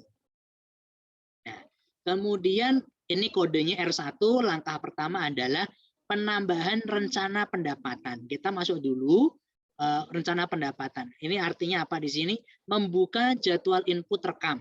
Ya, ini artinya kan Kemenak harus membuka jadwal input rekam. Kalau nggak dibuka ya nggak bisa nanti ya. Kemudian nanti kamatnya mulai, ini ada keterangannya, untuk bisa memulai RKA kan Kemenak harus membuka jadwal dulu. Jadi harus mulai kan Kemenak buka. Jadi kita sudah ngelakuin simulasi dari bagaimana kan Kemenak melakukan pembukaan input jadwal. Nah, ini sekarang kamatnya, bertugas kamat ya. Nanti di kamat ada tombol tambah seperti ini. Nah, nanti kita tinggal klik tombol tambah, kemudian silakan pilih sumber dananya. Ini kalau seperti ini biasanya karena sinyal, jadi pastikan kalau misalnya nggak ada sinyalnya bisa di-reload ya. Kita klik tambah lagi, nah muncul kan sumber dananya. Kemudian kita pilih kayak gini ya. Ini untuk yang swasta nanti akan tertulis seperti ini. APBN BOS tahap 1, APBN BOS tahap 2. Untuk yang negeri nanti akan hanya tertulis APBN BOS saja gitu ya. Sekarang kita pilih APBN BOS tahap 1. Untuk yang swasta nanti akan ada tombol tarik data di sini. Kita kalau nulis di sini nggak akan bisa ya Pak Ibu ya. Ibu silakan ngetik di sini nggak akan bisa. Untuk yang swasta kita langsung tarik data. Kita klik tarik data, maka otomatis data akan ketarik dari portal BOS.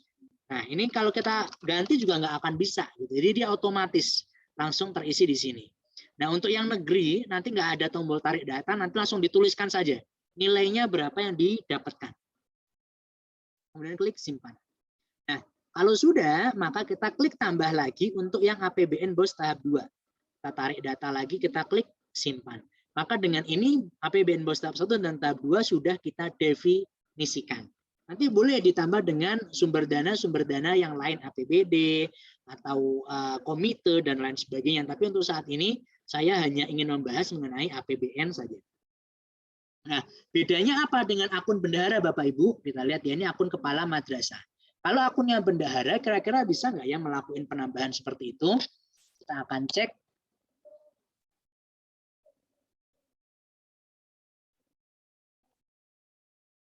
Nah, di menu rencana pendapatan, ini untuk yang bendahara, tidak ada nih Bapak Ibu, tidak ada tombol tambahnya. Kosong ya Bapak Ibu ya, tombol tambahnya nggak muncul sama sekali. Artinya apa Bapak Ibu? Artinya yang bisa melakukan penambahan rencana pendapatan hanya kepala madrasahnya Bapak Ibu sekalian ya. Jadi bukan Bapak Ibu yang nanti akan melakukan penambahan rencana pendapatannya. Terus habis itu sama juga untuk rencana kerja dan anggaran. Ini yang bisa melakukan penambahan hanya kepala madrasah. Sebenarnya saya juga sudah membahas ini di modul saya ini. Lihat ya, ini saya bagi ya pelaksanaannya tamat, yang di sini bendahara atau staf. Artinya tidak semua itu bisa dikerjakan oleh kepala madrasah, tapi ada juga yang dikerjakan oleh bendahara. Demikian pula sebaliknya, tidak semua yang mengerjakan adalah akun bendahara, tapi yang mengerjakan adalah akun kepala madrasah. Oke, kita istirahat sebentar ya. Saya cek dulu ada chat yang ini. Audionya Pak panjang kalau mau ngetik. Oke, silakan. Jadi saya buka dulu sesi pertanyaan ya, sambil sekalian kita siap-siap untuk kita masuk ke aplikasi yang berikutnya. Saya buka audionya, kalau ada yang mau bertanya silakan. Saya kasih waktu 5 menit untuk yang mau bertanya. Iya Pak, bismillahirrahmanirrahim. Assalamualaikum warahmatullahi wabarakatuh. Waalaikumsalam warahmatullahi wabarakatuh. Saya dari MTS Al-Falah, Pak. Kalau lihat yang Bapak sampaikan, kayaknya gampang. Tapi terlalu cepat, Pak. Ada beberapa yang ingin saya tanyakan. Yang pertama, approval kamat EDM tadi, Pak. Yang latihan yang sementara kami lakukan ini, yang latihan itu kan sudah Pak, cuman untuk mengirim approval ke kepalanya di mana itu, Pak? Karena di akun kepalanya nggak ada persetujuan. Itu yang pertama, Pak. Yang kedua, berkas EDM itu untuk sesungguhnya 1 tahun atau 1 semester. Maksudnya kalau 1 tahun kan tahun 21 aja, berarti genap dulu baru ganjil. Seperti itu, Pak. Ya. Yang ketiga, nah yang sesudah menyelesaikan EDM itu kan diklik selesaikan. Nah di bawahnya tadi itu apa, Pak? Memilih usulan. Iya. Yang ini, Pak. Nah itu di mana itu, Pak, menunya, Pak? Ini ya. Nah ya, Pak. Oke. Terus yang terakhir, Pak. Ya, silakan. Nah, yang tahun kemarin itu kan ada sisa dana kami. Nah, untuk mengusulkan memasukkan katanya kan bisa diikutkan ke tahap berikutnya. Itu tata caranya gimana, Pak? Ya. Cukup sementara itu dulu, Pak. Oke, terima kasih, Pak. Terima kasih. Oke, sejawab dulu ya pertanyaan Bapak dari MTS Al-Falah tadi. Yang pertama mengenai, ya saya mohon maaf ya kalau terlalu cepat, karena yang pertama kita di Zoom ini, emang ya ini adalah apa namanya, ya jeleknya saya sih, jeleknya saya kalau saya ngajar emang kadang-kadang terlalu cepat, tetapi saya harap nanti kalau misalnya terlalu cepat, Bapak Ibu bisa muter lagi rekamannya ya, rekamannya sudah diputar lagi. Nanti saya akan apa namanya upload rekamannya, jadi Bapak Ibu bisa apa namanya muter-muter terus gitu. Kemudian approval kamat ini ada apa namanya nih, ada pertanyaan pertama dan pertanyaan ketiga itu sepertinya nyambung ya, terkait dengan approval dari kepala madrasahnya. Saya tidak bisa mencontohkan karena apa namanya sudah terisi semua yang sudah punya saya. Kemudian sebagai gantinya sebenarnya saya sudah bikin tutorialnya agar nanti Bapak Ibu bisa lihat ya. Bapak Ibu nanti bisa lihat di sini.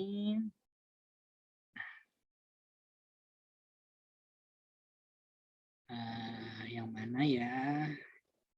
Ini banyak yang tanya ke saya terkait hal tersebut. Jadi saya jawab di sini. Nah ini dia. Karena kadang-kadang kita nggak bisa apa namanya ngulang-ulang, jadi saya buatin tutorialnya saja. Assalamualaikum warahmatullahi wabarakatuh. Kembali lagi bersama saya video instrumen EDF. Sudah isi EDFT di sini ya. Nah ini ya. Kita lihat di instrumen kondisinya dia sudah selesai nih, sudah diisi semuanya. Tetapi di sini tidak muncul tuh ya apa di akun kamatnya. Kita ganti dulu ke akun kepala madrasah. Ya, ini akun kepala madrasahnya. Ya. Oke, nah di akun kepala madrasah itu kenapa ini kan ada ya menu persetujuan tapi tidak ada mungkin. Nah, ini yang ditanyakan oleh Pak Nurul Falah tadi, kok nggak ada nih persetujuannya kan gitu. Ya, benar, Pak. Kayak gitu, Pak. Notif, kenapa tidak muncul notifnya gitu? Padahal kan tadi instrumen sudah diisi semuanya. Instrumennya gitu. Sudah terisi, nah, tapi kemungkinan ada dua sebab. Yang pertama adalah instrumen ini tadi belum diselesaikan oleh bendahara, atau kedua belum dilakukannya rekomendasi kegiatan prioritas. Maka kita coba cek dulu ya, kita pergi ke bendahara lagi, kita ke akun bendahara. Nah di akun bendahara ini kita uji coba. Nah kita yang pertama ya kita lakukan selesaikan, kita klik selesaikan, kemudian kita oke, ada notif input EDM berhasil. Oke, kemudian kita lihat setelah itu kita coba cek ya di akun kamatnya kira-kira apa ya yang terjadi ya.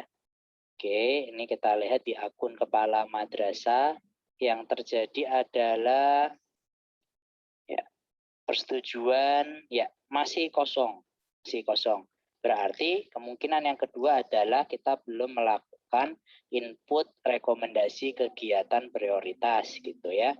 Kita coba ya, ini akunnya bendahara, instrumen EDM, tadi sudah selesaikan ya, kita masuk ke sini. Rekomendasi kegiatan prioritas. Nah, ini yang perlu diisi oleh Pak Nurul Falah tadi. Silakan lakukan pengisian untuk rekomendasi kegiatan prioritas. Nanti ini bisa di checklist ya. Jadi rekomendasi kegiatan prioritas itu di checklist. Tek-tek gitu. Boleh milih salah satu, tetapi pada dasarnya yang dipilih itu harus berkaitan dengan kelemahan-kelemahan yang ditemukan di dalam EDM gitu. Maksudnya seperti itu. Sehingga di sini TPM itu seperti mengusulkan kepada kepala madrasah untuk mengurangi kelemahan dalam EDM yang harus dilakukan itu kegiatan apa saja. Nah, kegiatan apa saja itu adalah kegiatan yang dicentang oleh TPM atau operator atau oleh bendahara gitu ya. Nanti kalau sudah Bapak Ibu kita bisa centang di sini. Nggak bisa ya, tinggal kita oke. Nah, sekarang kita apakah nanti sudah muncul? Nah, ini muncul nih. Nanti baru akan muncul setelah rekomendasi kegiatan prioritas diisi, baru persetujuan akan muncul gitu ya. Jadi tolong mungkin yang tadi rekomendasi kegiatan prioritas belum diisi oleh operator atau oleh TPM atau oleh bendahara gitu ya. Semoga bisa menjawab pertanyaan yang pertama itu. Kemudian pertanyaan kedua, berkas EDM yang nanti real itu 1 tahun atau 1 semester. Jadi pada dasarnya Pak, untuk yang EDM, evaluasi diri madrasah itu dilakukan dalam 1 tahun. Dalam 1 tahun. Kalau sekarang itu konsepnya kan memang kurang pas ya. Nanti di tahun anggaran 2022, artinya bulan Desember akhir atau bulan bulan Oktober lah, mungkin pagu indikatifnya bulan Oktober. Itu berarti di tahun anggaran 2022 ini yang nanti diupload itu adalah semester 1, yaitu dari bulan Juli sampai bulan Desember 2021 dan juga semester 2 bulan Januari sampai bulan Juni 2022. Nah, ini untuk tahun anggaran 2022. Nah, sekarang kan kita masih tahun anggaran 2021. Nah, maka yang seyogyanya diisi itu adalah ini juga, semester 1 ini dan semester 2 ini. Tetapi kita khawatirnya tahun 2020 Bapak kan nggak punya nih ya. Bapak nggak punya kan, belum punya belum punya dokumen bukti fisiknya, mungkin banyak yang kececer dan hilang sebagainya, sehingga kita hanya merekomendasikan untuk diupload yang ini saja. Jadi untuk kedepannya kita akan menggunakan konsep tahunan seperti ini gitu ya. Jadi per tahun yang nanti akan di-upload. Artinya yang di-upload itu adalah tahun ajaran sebelumnya gitu. Tahun ajaran sebelumnya untuk dievaluasi di tahun anggaran berikutnya. Jadi yang diupload itu harusnya 1 tahun atau 1 semester, harusnya 1 tahun ya. Jawaban dari MTS Nurul Falah tadi harusnya adalah 1 tahun. Tetapi berhubung kita baru mulai BIMTEK ini agak nanggung, jadi untuk meringankan beban kerja operator dan madrasah, maka yang diminta semester dulu. Oke, untuk kali ini, tapi untuk tahun depan nanti silahkan dipersiapkan dokumen tahun ajarannya yang sesuai. Oleh sebab itu, mulai dari sekarang tolong kepala madrasahnya memulai meminta kepada TU ya, untuk menyiapkan semua dokumen bukti fisik. Jadi ditempel tuh di kantornya apa saja sih dokumen bukti fisik yang dibutuhkan dalam EDM. Nah, itu mulai dipersiapkan. Kalau bisa mungkin ada TU khusus untuk menyiapkan dokumen-dokumen bukti fisik terkait dengan EDM. Terus pertanyaan terakhir. Tahun ini kami ada sisa dana, Pak. Tahun kemarin ada sisa dana. Bisakah untuk masuk tahun berikutnya? Setahu saya, Pak, di dalam Juknis Bos itu disampaikan bahwasanya per tanggal 31 Desember, ini untuk dana Bos ya, untuk dana Bos. Saya kurang tahu untuk dana yang lain, apakah APBD dan lain sebagainya, saya kurang tahu. Jadi untuk dana Bos per 31 Desember 2021, apabila masih ada sisa dana, maka itu harus dikembalikan ke kas negara. Tidak bisa dimasukkan ke tahap 1 atau tahap 2 pada tahun berikutnya. Kecuali Pak, ini kan tahun 2021 ya, tahun 2021. Kan ada 2 tahap tuh ya, tahap 1 dan tahap 2. Nah, kan tahap 1 ini Bapak bisa membelanjakan semuanya, atau misalnya masih ada sisa dana, misalnya masih ada sisa 10%, 20%, dan lain sebagainya, ini bisa dibelanjakan untuk yang tahap 2. Tahap 2 kan dari bulan Juli sampai Desember. Cara membelanjanya bagaimana? Ya, tinggal Bapak mereview, memperbaiki, merevisi rekamnya. Rekamnya direvisi, nanti kemudian disesuaikan dengan anggaran, apa saja yang mau dimasukkan dalam Juli sampai Desember. Nah, itu baru bisa, Pak. Nanti bisa dimasukkan sebelum 31 Desember 2021. Tapi kalau berganti tahun sudah tidak bisa. Ini untuk dana BOS ya, yang saya tahu untuk dana BOS. Jadi semoga bisa menjawab pertanyaan. Mungkin ada pertanyaan lain dari Bapak Ibu sekalian. Tidak ada. Oke, kalau tidak ada pertanyaan, terima kasih untuk Nurul Falah sudah aktif beraktivitas sudah bertanya. Jadi saya nggak klik-klik sendiri. Terus kita MTS Al-Falah, Pak. MTS Al-Falah ya. Oke, maaf ya. MTS Al-Falah. Ada lagi pertanyaan selain dari MTS Al-Falah? Tidak ada. Sementara cukup, Pak. Oke, baik. Semoga bisa menjawab pertanyaan ya. Untuk saat ini Link YouTube-nya tadi boleh dibagi, Pak. Oke, siap. Oke, saya kasih di chat ya. Oke, siap, Pak. Di chat.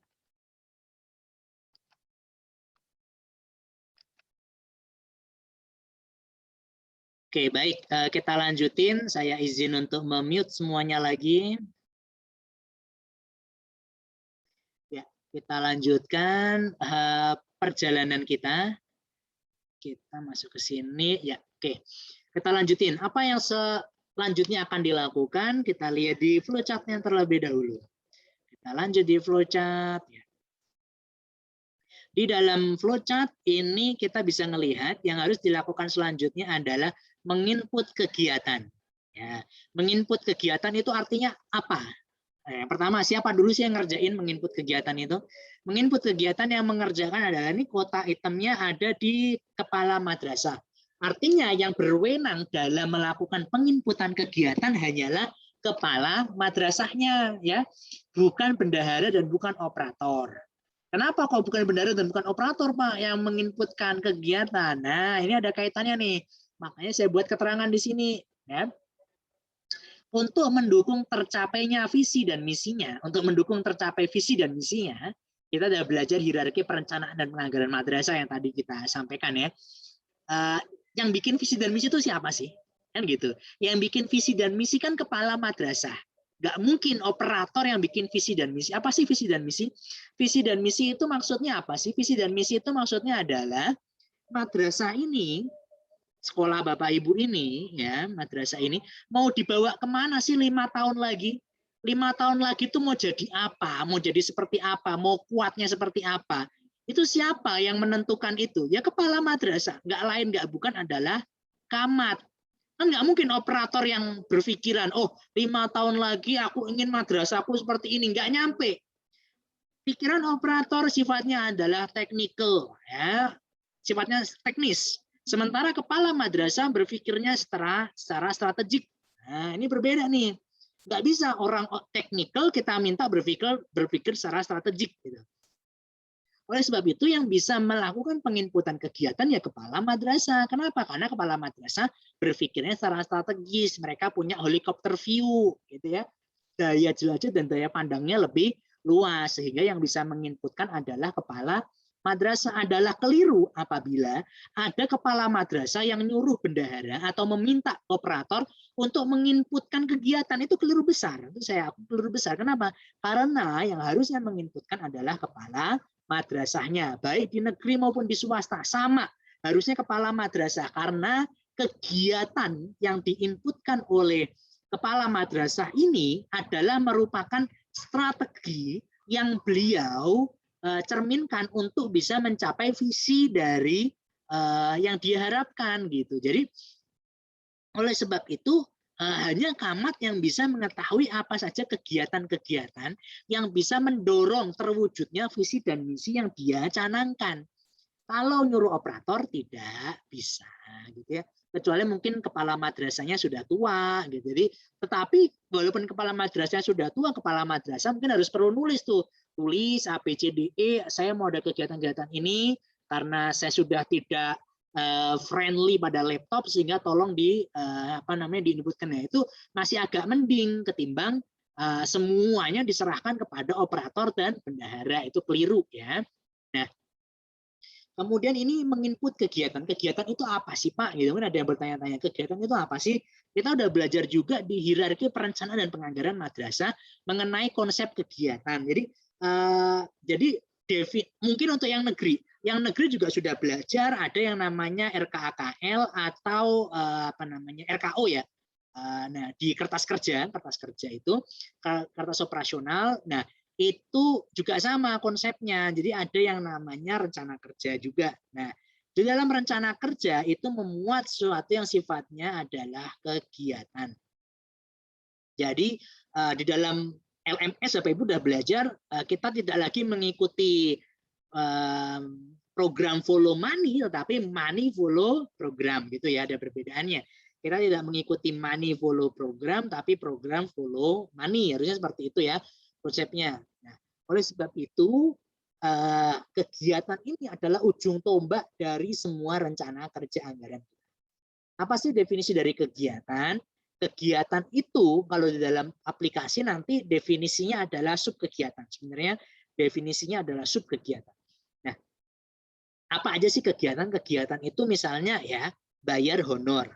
Bayar honor itu kegiatan. Bayar honor guru itu kegiatan. Terus misalnya apa lagi? Belanja ATK. Belanja ATK itu namanya honor. Jadi jangan keliru-keliru gitu ya. Beli kertas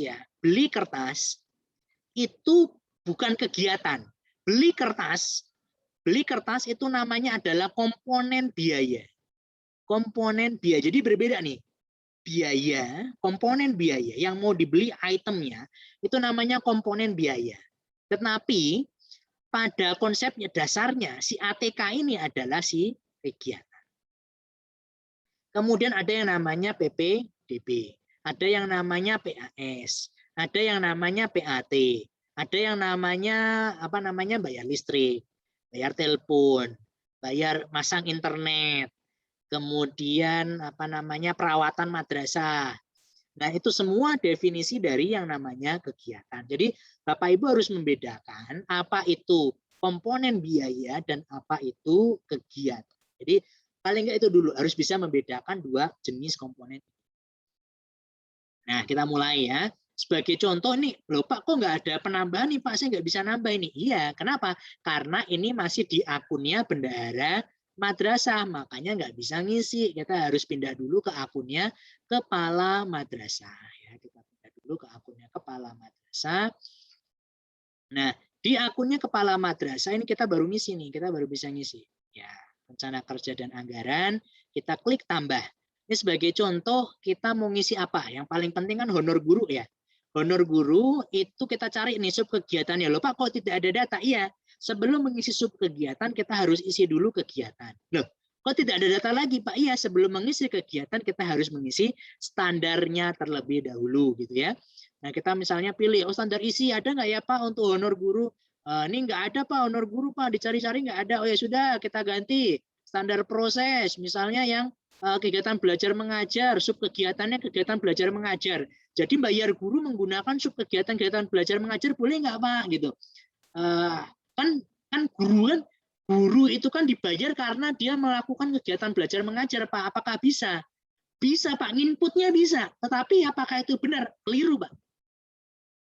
Konsepnya keliru gitu. Jadi inputnya itu tuh bisa, asal input di RKM itu bisa, tetapi apakah benar atau enggak itu keliru gitu. Jadi oleh sebab itu operator di dalam, nanti misalnya kalau ada operator yang mau mengerjakan RKM ini agak sedikit berbeda daripada EMIS.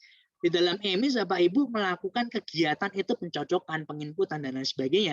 Nah, di dalam RKM Bapak Ibu selevel lebih tinggi. Kenapa? Karena Bapak Ibu akan melakukan kegiatan yang sifatnya lebih berpikir nih. Apakah ini bisa dimasukkan atau tidak? Apakah ini sesuai atau tidak? Bagaimana cara penginputannya? Itu membutuhkan daya inteleksi yang lebih luas lagi. Jadi saya harapin kalau misalnya operator Bapak Ibu sudah sibuk di dalam persoalan emis dan simpatika, tolong cari operator yang lain untuk masalah RKAM atau bendahara yang harus fokus untuk masalah penginputan RKAM. Biarlah operator itu berfokus pada penginputan emis dan simpatika dan lain sebagainya. Tidak perlu membawa operator dalam penginputan RKAM. Kenapa? Karena emis dan simpatika sudah banyak. Apalagi menginput RKAM yang membutuhkan daya teliti yang lebih tinggi lagi. Jadi tolong agak berhati-hati di sini.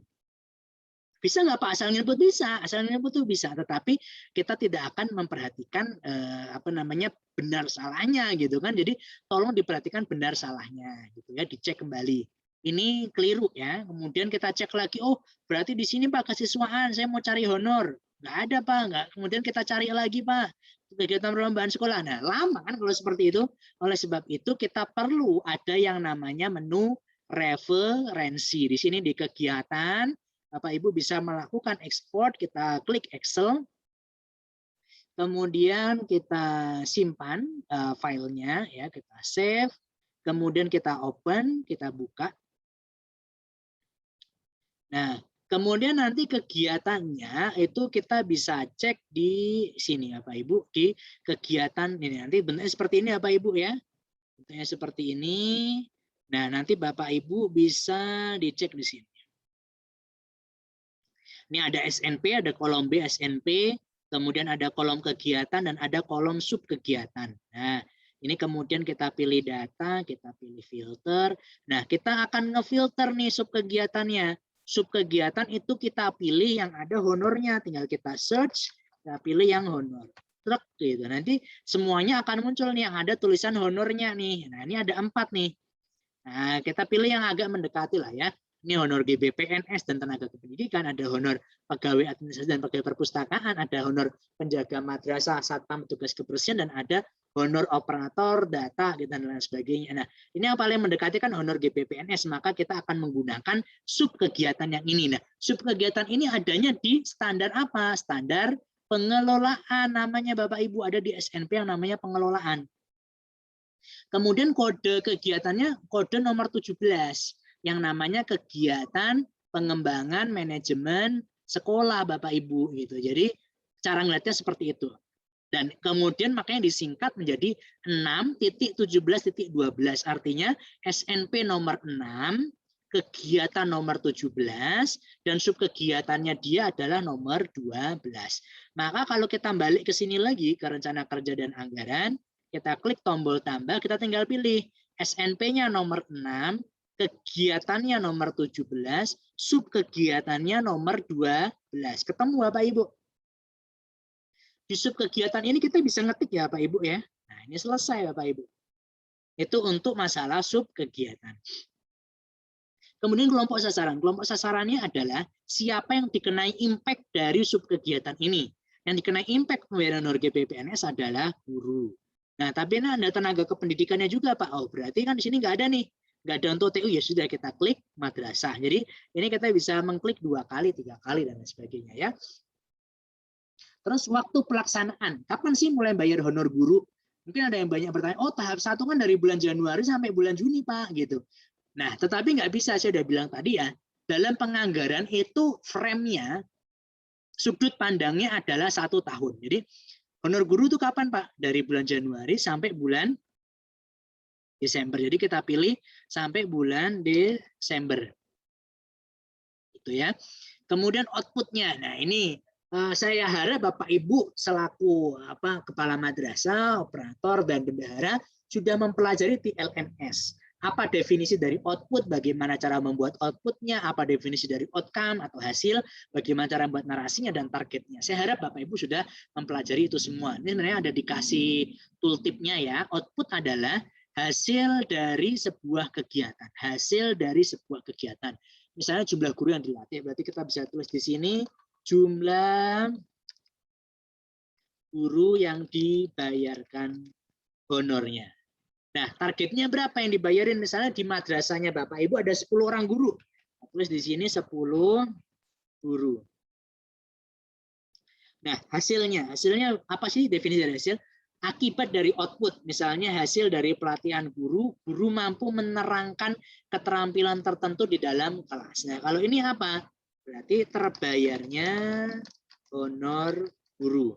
Targetnya berapa? Nah, Bapak Ibu sudah membaca tentu ya, targetnya adalah kalau kita cari persen nggak akan muncul ya. Kita harus ketik dia persen, shift 5, kemudian kita pilih, itu kita kemudian klik simpan. Nanti akan muncul di sini. Kemudian tugasnya kepala madrasah, kita lihat di flowchart-nya adalah kalau sudah menginput kegiatan bagaimana? Nah, pengecekan apakah kegiatan yang sudah diinput sudah seluruhnya atau belum.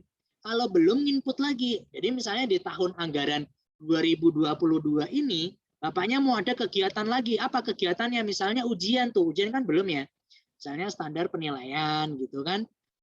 Pelaksanaan penilaian ulangan dan ujian. Sub kegiatannya misalnya pelaksanaan penilaian ulangan akhir semester yang akan dilaksanakan nanti gitu kan. Ini siswa dan guru gitu ya. Dan madrasah misalnya. Kapan ujian akhir semesternya? Oh, bulan November sampai dengan Desember gitu. Outputnya apa? Nanti silahkan diisi sendiri ya. Misalnya 10 siswa gitu. Nah, Pak Ibu harus membuat narasinya sendiri ya. Nah, nanti diisi lagi berikutnya, dan seterusnya gitu ya. Kalau sudah, nanti kalau sudah terisi semuanya, baru kita lihat flowchart-nya adalah menginput rincian biaya per kegiatan. Nah, sebenarnya ini bisa dipadu-padankan ya. Jadi camat mengisi satu langsung disambung sama bendahara. Itu bisa. Jadi kita mulai lagi. Sekarang kita ganti ke bendahara ya. Kita ganti bendahara yang akan menginputkan rencana kerja dan anggarannya. Komponen biayanya maksud saya ya. Bendahara akan menginputkan komponen biayanya. Rencana kerja dan anggaran. Oke. Kemudian kita klik aksi, klik rincian. Kemudian untuk pembayaran honor GBPNS ini, apa sih yang mau ditambahkan? Komponen biaya apa sih yang mau ditambahkan? Kita klik tombol tambah. Kemudian kita pilih pendapatan APBN BOS tahap 1. Kemudian komponen biayanya kita pilih misalnya di sini honor GBPNS. Nah, ada. Kita pilih honor. Kita tulis honor. Kemudian kita cari yang sesuai. Ini setahu saya di halaman 2 nih. Honor rutin GBPNS. Kemudian klik pilih harga. Pilih harga ini ada yang sudah dibuat oleh teman-teman di Kemenang, di Kanwil, dan juga di yang pusat. Atau kalau nggak sesuai, kita bisa klik tetapkan harga. Kita klik tetapkan harga. Di tempat Bapak Ibu berapa misalnya? Oh, 300.000 Pak. Ingat ya, di sini kita ngeliat satuannya. Satuannya adalah per orang per bulan. Biasanya kan Bapak Ibu ada yang menggunakan jam tatap muka, ada yang jam pelajaran. Itu disesuaikan ini dicari yang lain. Jadi perhatikan satuannya. Satuannya di sini kan OB, berarti dia dibayarnya per bulan. Kita klik simpan. Kemudian akun belanjanya kita pilih yang sesuai. Ini misalnya di sini 52111. Ini untuk yang negeri tentu sudah hafal sekali ya. Kemudian masalah pajak. Pajak ini bukannya dalam dunia BOS itu ada dua ya Pak ya, ada PPN dan ada PPH. Tapi kenapa yang muncul di sini hanya PPN Pak? Ya, yang muncul hanya PPN karena yang menambahkan beban anggaran itu hanya PPN. Misalnya gini Bapak Ibu, saya buat analogi ya, saya buat percontohan gini. Ada suatu barang nih, ada suatu barang. Harganya ya, item tersebut bernilai 1.000. Bernilai 1.000. Dia kalau dikenai PPN kan 10% ya. Dan misalnya ini dikenai PPH misalnya 5%. Oke. Nah, yang terjadi bagaimana Bapak Ibu? Nilai dari barang yang akan kita beli ini kalau dikenai 1.000, maka dia menjadi berapa? Maka dia akan menjadi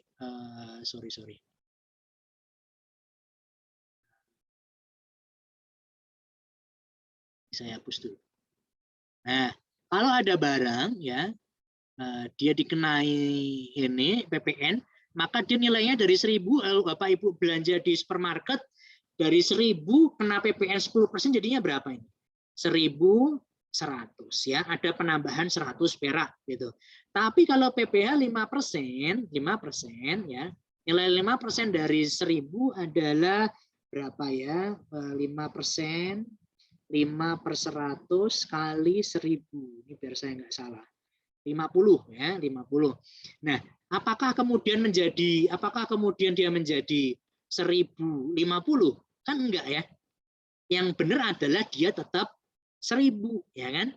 Kenapa? Karena yang 50 itu dipotong. Jadi kalau misalnya ada honor panitia, misalnya honor panitia gitu ya, dia dapat Rp1.000, maka yang 950 itu diberikan kepada orang tersebut, pada si panitianya, sedangkan yang 50 perak ini dikasihkan ke kas negara sebagai PPh.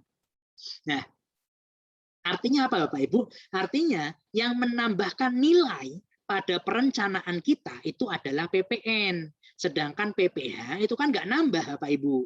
Dia kan sebenarnya memotong, bukan mengurangi ya, memotong dari total pagunya untuk sebagian diberikan sebagai pajaknya gitu. Jadi oleh sebab itu karena PPN menambah beban, bukan menambah beban ya, menambah nilai, maka yang muncul di dalam perencanaan hanya PPN.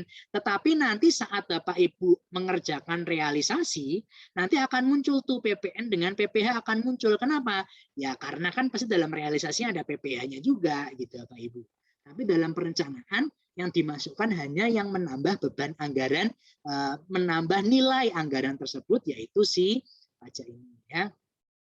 Sehingga ini karena honor ya tidak mungkin ada PPN ya, ada keliru juga gitu.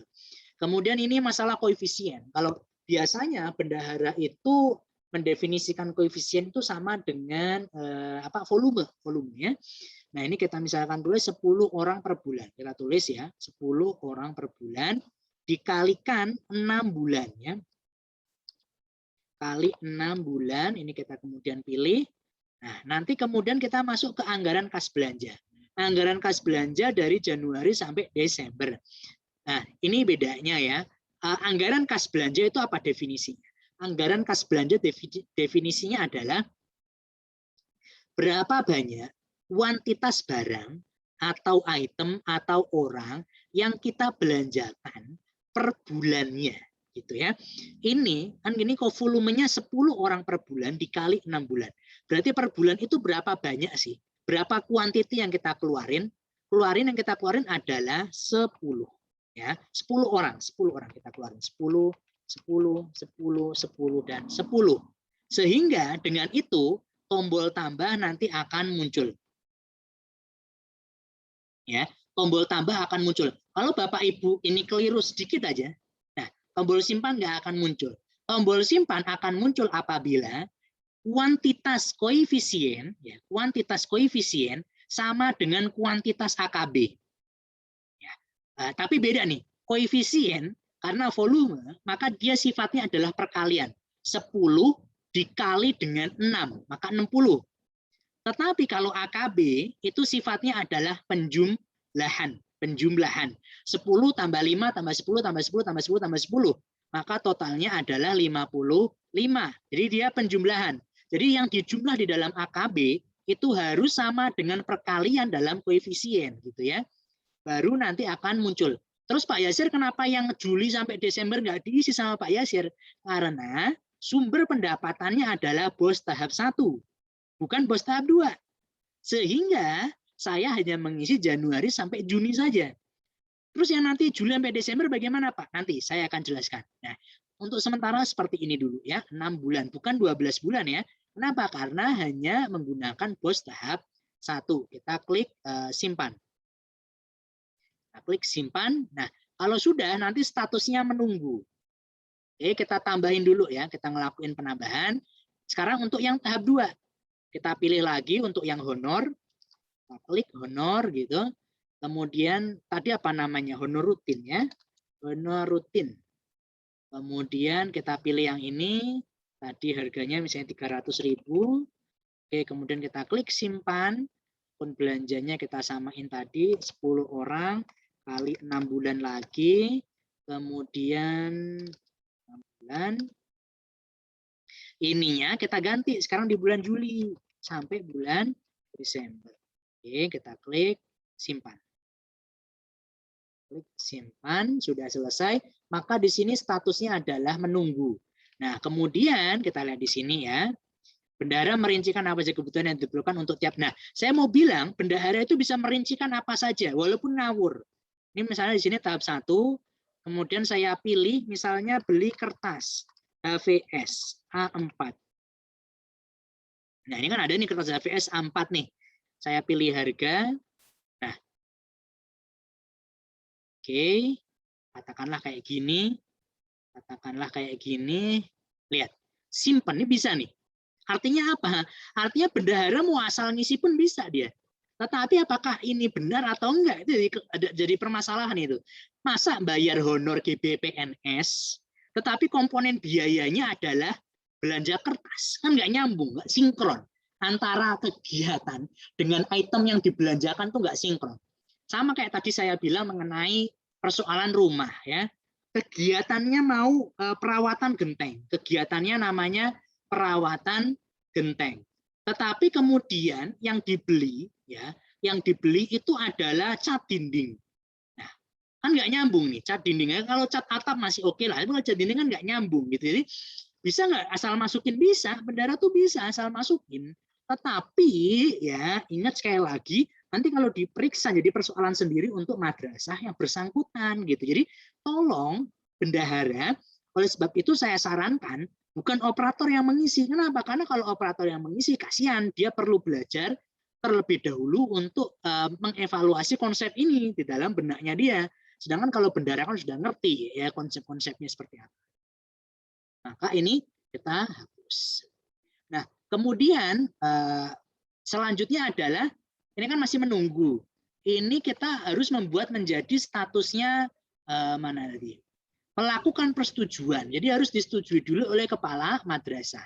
Oke, jadi kepala madrasah akan ngecek apa namanya rincian biayanya sudah oke belum ya, komponennya sudah oke atau enggak ya, kemudian dananya sudah sesuai atau belum, banyaknya, kuantitinya sudah benar atau belum, AKB-nya sudah bagus atau belum ya, itu perlu oleh kepala madrasah.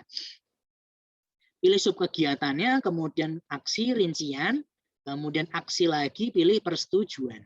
Kita kemudian klik disetujui, kita klik aksi lagi, klik disetujui lagi. Oke, nah nanti dengan ini selesai nih. Pak, tapi kan tadi kan Bapak 300.000 itu Pak per bulan tuh Pak. Di tempat kami ada yang dapat 400.000, ada yang dapat 500.000, itu bagaimana Pak? Ada banyak tuh Pak macam-macamnya. Nah, nanti bendaharanya silakan lakuin penambahan lagi gitu. Kita bahas setelah ini ya. Nah, nanti Bapak Ibu yang Bapak Ibu upload di dalam LMS adalah di tugas nomor 97, tugas latihan RK untuk TIM yang Bapak Ibu upload salah satunya adalah di menu laporan. Di menu laporan, di menu BOS, direkam BOS K1, silakan lakukan ekspor PDF. Nanti akan muncul tab baru ya, akan muncul tab baru di sini. Di sini Bapak Ibu rekamnya akan otomatis tergenerate, akan otomatis terbuat dalam bentuk PDF. Nah, inilah yang nanti akan diupload. Jadi jangan asal upload, dan kita tidak mau yang print screen. Tidak mau print screen, yang kita mau adalah PDF-nya langsung. Silakan download. Di sini ada nih ya. Silakan download di sini. Nanti silakan di-download. Inilah yang nanti akan diupload di tempatnya Bapak Ibu sekalian gitu ya.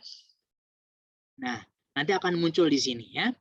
Oke, itu bisa disimpan untuk Bapak Ibu. Nah, kemudian Bapak Ibu, ini saya kepala madrasah juga harus bisa membaca dokumen rekamnya ya. Ini APBN BOS tahap 1, artinya dia menggunakan sumber dana APBN BOS tahap 1. Ini nama kegiatannya, ini kegiatan pengembangan sekolah, sub kegiatannya dia ada tanda garis itu. Kemudian kalau sub komponen biayanya ada 2 garisnya.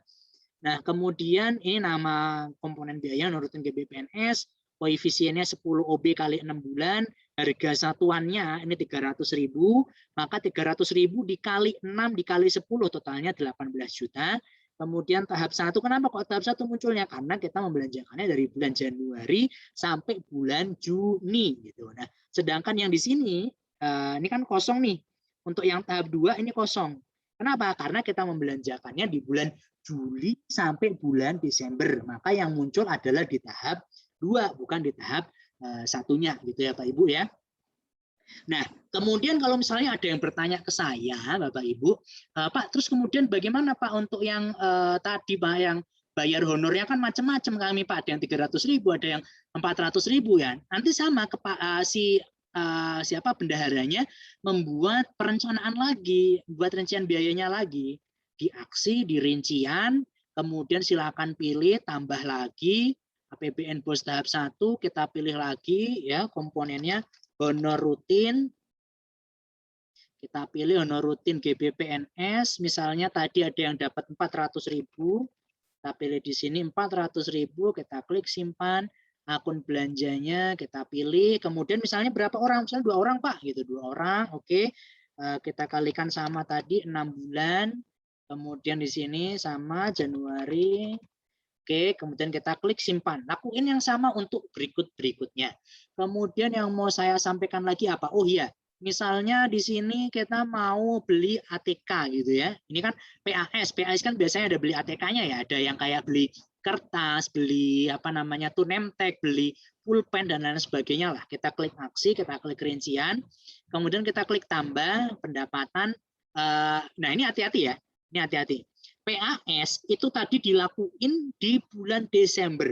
PAS, penilaian akhir semester, itu kan di bulan Desember. Bulan Desember tahun depan, itu tahap 1 atau tahap 2? Tahap 2 kan, berarti kita pilihnya tahap 2. Jangan pilih yang tahap 1 ya. Keliru kalau pilih yang tahap 1. Bisa nggak Pak? Tapi bisa. Tapi nggak sinkron saja ya. Pendapatannya harus tahap 2. Kenapa? Karena kita baru mendapatkan tahap 2 itu di bulan Juli sampai bulan Desember. Kemudian komponen biayanya kita pilih, misalnya tadi mau beli ATK. Nah, Bapak Ibu, di sini saya sampaikan, ATK itu tidak ada, Bapak Ibu. ATK itu tidak ada. Yang ada apa, Pak? Yang ada ya kertas. Kertas ya. Ya tadi kertas macam-macam ada kan. Kemudian apa namanya tuh name tag dan lain sebagainya, atau tadi kayak pulpen. Pak, pulpen. Kita lihat pulpennya. Oh, nggak ada pulpen. Apakah nggak boleh beli pulpen? Bukan seperti itu ya. Kita cari padanannya yang lain. Misalnya beli pena nih. Pena. Maka ada tulisannya pena. Penanganan COVID. Kemudian ada penanganan. Jadi yang ada tulisannya pena yang akan muncul di sini.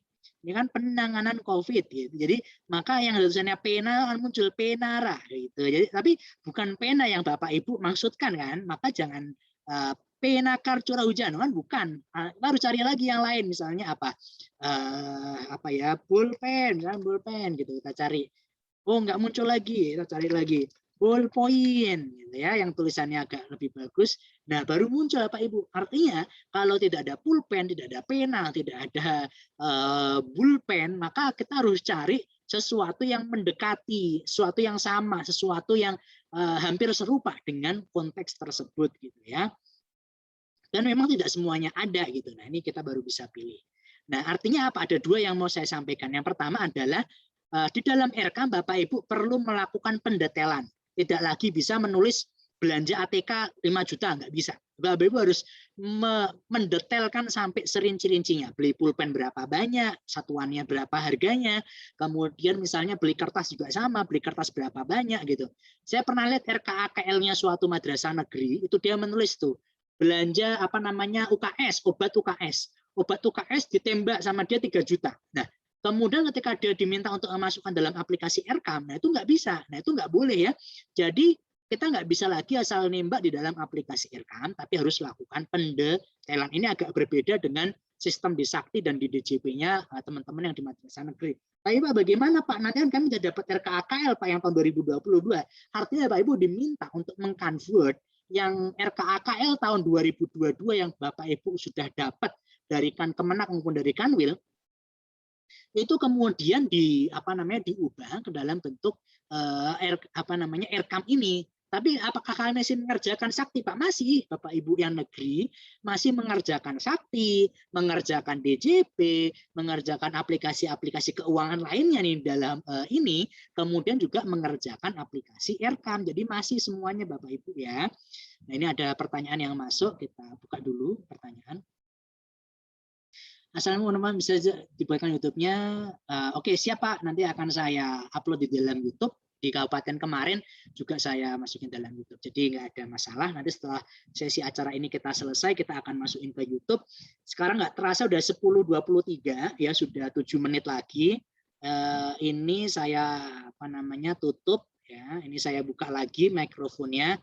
Kalau ada yang bertanya, tetapi sepertinya karena waktunya sudah mepet, saya kasih waktu 1 pertanyaan terakhir. Bagi yang ingin bertanya silahkan. Kalau tidak ada pertanyaan ya sudah, nanti saya akan tutup pertemuan kita pada kesempatan hari ini. Bertanya Pak Yasir. Saya 2 rombel ini Pak Yasir, kanan kiri. Oh iya iya. Gimana Pak? Ya, saya yang ke rombel 1 ini tadi Pak. Oh iya, Ramon. Pak Haji Rosmedi, ya. Tapi saya pantau terus ini Pak. Ya. Ramon. Ya. Oke. Untuk teman-teman yang lainnya, silakan kalau ada yang ingin bertanya. Kalau tidak mau bertanya, ini ada pertanyaan masuk dalam chat.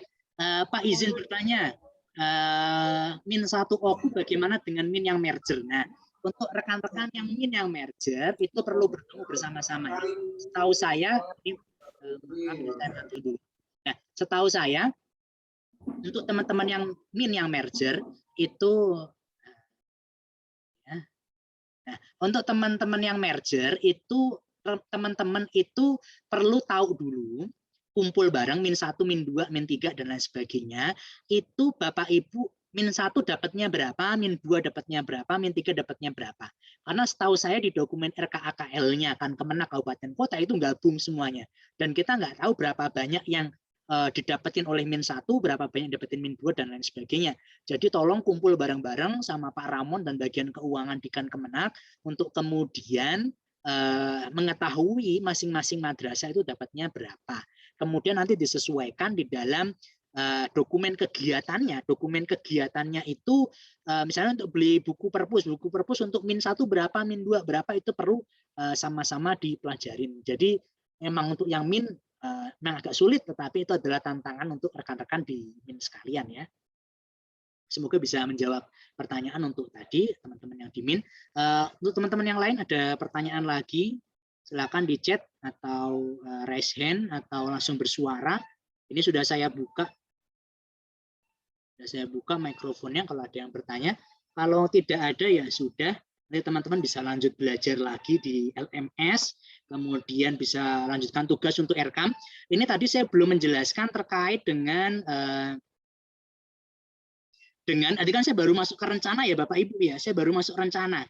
Saya belum membahas mengenai realisasi. Yo, PDAM itu kakekku telepon Pak. Nah, saya belum membahas mengenai realisasi pendapatan, pengeluaran kegiatan, pengeluaran pajak, pindah buku, pengembalian dana, dan output kegiatan.